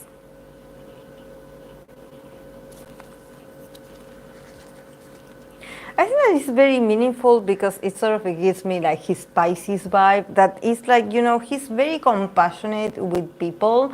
Probably he loves people in general, or, I think that when I see this woman looking at this, I can sort of see 10 just looking at people like this, with a very compassionate stare, sort of also being very loving. But it's from a place of like, you take this moment of looking at each other is special, but this is a moment of connection. Like, it doesn't promise you anything. You know when there's people that probably, and I think that probably for someone like 10, maybe this happens a lot. He's very kind, and he has this magic in his eyes when he looks at people. He's sort of like, people fall in love with him, and he just looks at them, and maybe he feels the love and he also reciprocates. But at the same time, it's like, I'm looking at you because I respect you. Like, I acknowledge you, I respect you, I accept you. You are part of my life. I accept you with love. But this is an exchange of respect and acknowledgement of the presence of someone. Probably he has this, that maybe people are like, oh, he's looking at me. Oh, maybe he's in love with me. Or, we are going to get married. And maybe 10 is the kind of person that when he looks at you, he makes you feel special. He makes you feel like you're the only one in the world, and maybe you can tend to fantasize like, okay, yeah, he's in love with me, we are going to get married, and maybe for him, he has this connection with other people, or he has this tendency of just looking at these people with this loving gaze. And he has these moments with different people, because Pisces love is universal. Yeah, like you said, sorry, you said the same thing you typed the same thing that I was saying. Yes. Instead, universal Pisces love. Exactly. That's what I was saying. Okay, yeah. You and I, Fluffy, we share the same brain cells, definitely. Okay. We have the Midas and with Midas and athlete, definitely he reminds me a bit of Kun, that we started with WayV Kun. That he's also like someone that puts a lot of energies in the connection, and he's like, we have to be the best, we have to be better, we have to, sort of compete and just being different, and here I think that definitely for 10, I also see him like this motivational kind of coach, kind of also like a guidance for his partner. I think that he also has this energy of like, let's make each other's life better, let's be better. He's very creative. He probably is always thinking like new ways to go on a date, to do something as a couple. Definitely, I sort of see him very active, just like what I said I said this for Kun, but I also, like the last live stream, I also said it for 70 Mingyu, this very energy that lifts you up, or this energy that is so energetic that is like, let's go, you can do better, so I think that this is with the Midas. I think that then in a stable relationship, he would be like your number one fan. He would be the one that if you doubt yourself a bit, he will be like, no, you can do it, you got number one, like, you are amazing, like, I can help you, like, what do you need some ideas, do you need some advice, like, I know someone, like, definitely someone that has a lot of ideas and just a lot of information probably. So he's like, don't give up, let's do this. Very energetic also, so probably if you are lazy, like, he's going to be a bit annoying. And the adventure also, it says the wish to equilibrate the balance of justice, rectitude in the name of society on your own. So yeah, he definitely has. Probably if he senses that someone is being unfair to their partner, he can get a bit on the adventure. Definitely he's someone that he doesn't he doesn't allow, like, disrespect, nor to his partner, nor anyone that is close to him. But I think that especially for his partner, he's very protective. I think that there's something about 10 that, yeah, he can be like, someone that I think that initially he's a great supporter of his partner. He's like very motivational, but at the same time he believes that you can do this on your own. Like, he's here to motivate you, but he's not the type of partner that he would be like, let me tell you what to do and you have to follow me. No. He's like, I trust you. I got you the information that you needed. Like, you got this. You can do better. But at the same time, I think that he's someone that he doesn't take offenses. Like, if you offend his partner, he's going to come at you. Like, definitely he's so patient and understanding with different mentalities.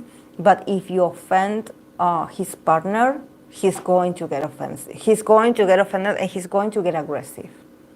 I think that there's a part of 10 that he gets very, very aggressive, or he gets very angry, like he changes. The nice Pisces actually doesn't exist when it comes to maybe someone disrespecting his loved ones. And I don't know, I think about, probably he's very protective of women and children.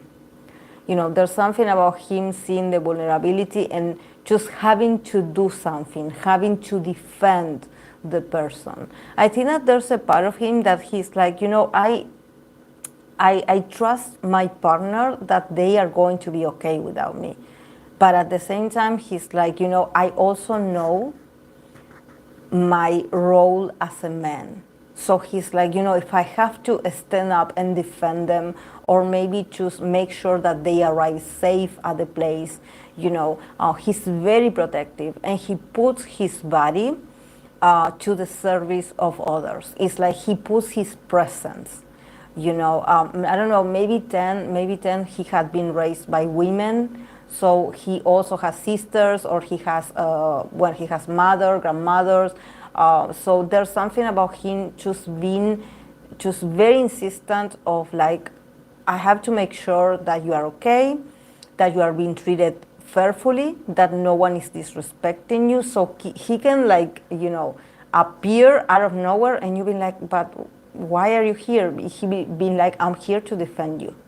I think that definitely he takes this very seriously, and he just doesn't care. I think that this is something that is very interesting, because if we think about him as an idol, that sometimes idols have to, sort of put on they have to have this certain way of behavior, to even when they have to ignore certain things that are very offensive. I think that when it comes to 10, he doesn't fake it. If something is not right or he finds it offensive, he's going to change. Like, you are going to see it. You're going to see that his whole body language changes. He changes, and he probably, like, he could go and fight people, like, with his body, like get into a fight for defending his loved ones or defending his partner. Also, probably, when I think about, he got the Midas and he got the athlete, and he also got the adventure. I think that also when we have, because I was thinking, the other the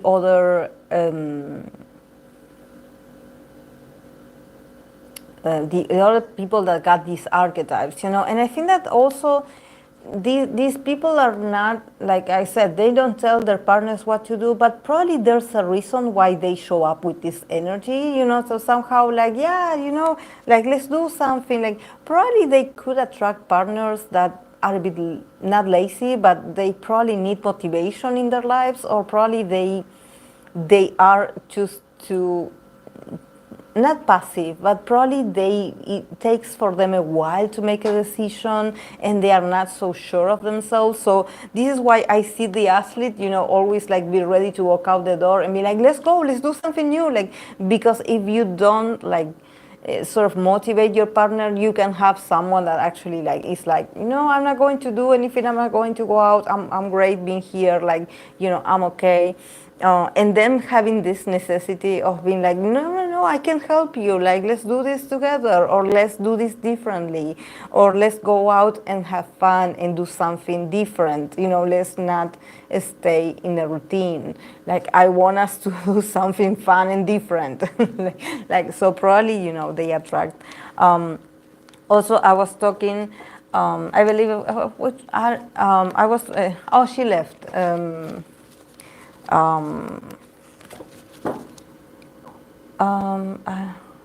Yeah, she left. But I was talking with one of you guys, and I have the recommendation that I have it pendant to do, that I don't remember exactly because we talked about a lot of things, but I already have another dynamic that I believe Yashoda told me that it was about, maybe use these archetypes to see, what kind of person they would meet. Now we are looking at how they would behave. Okay, what about the other side? What they would attract, or how the other part would behave. So she reminded me this, that it would be very interesting to see the other side, and she told me that this was sort of like inspired by a conversation that you guys were having in here while I was talking about these archetypes. So it's very interesting. We could do this. Once I finish, maybe I will finish this series for now. I will finish it like next Wednesday, because I have pendants to do. But I will finish next Wednesday with this series, and we will continue with the new one, with the other one. Yeah, she told me she had this great idea. Yeah, I did thank her because it's a great idea to see the other side, and she was like, I got inspired because you were discussing, guys, in here while I was talking, and that it's a very interesting also perspective of this dynamic. And also because we are sort of intending for the Wednesdays to stay sort of for the romantic aspects, maybe more of the oracle reading, and the other ones, the other more structured readings for the year or for the next month, or for certain situations that happens in K-pop, we can leave them for Saturday. And for Wednesday, we will do all these like romantic dynamics, friendships. So yeah, we will continue with these dynamics that we are feeling inspired. We are getting ideas. I have the oracles, so yeah, let's use them. Let's see what they got. So yeah.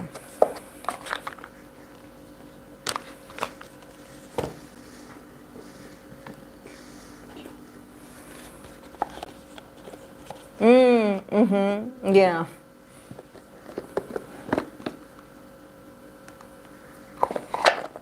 So yeah, guys, for today I'm done. Then the other ones that are pendant, we are going to do them next Wednesday. So yeah, thank you guys for being here. Have a great week and see you on Saturday. Bye.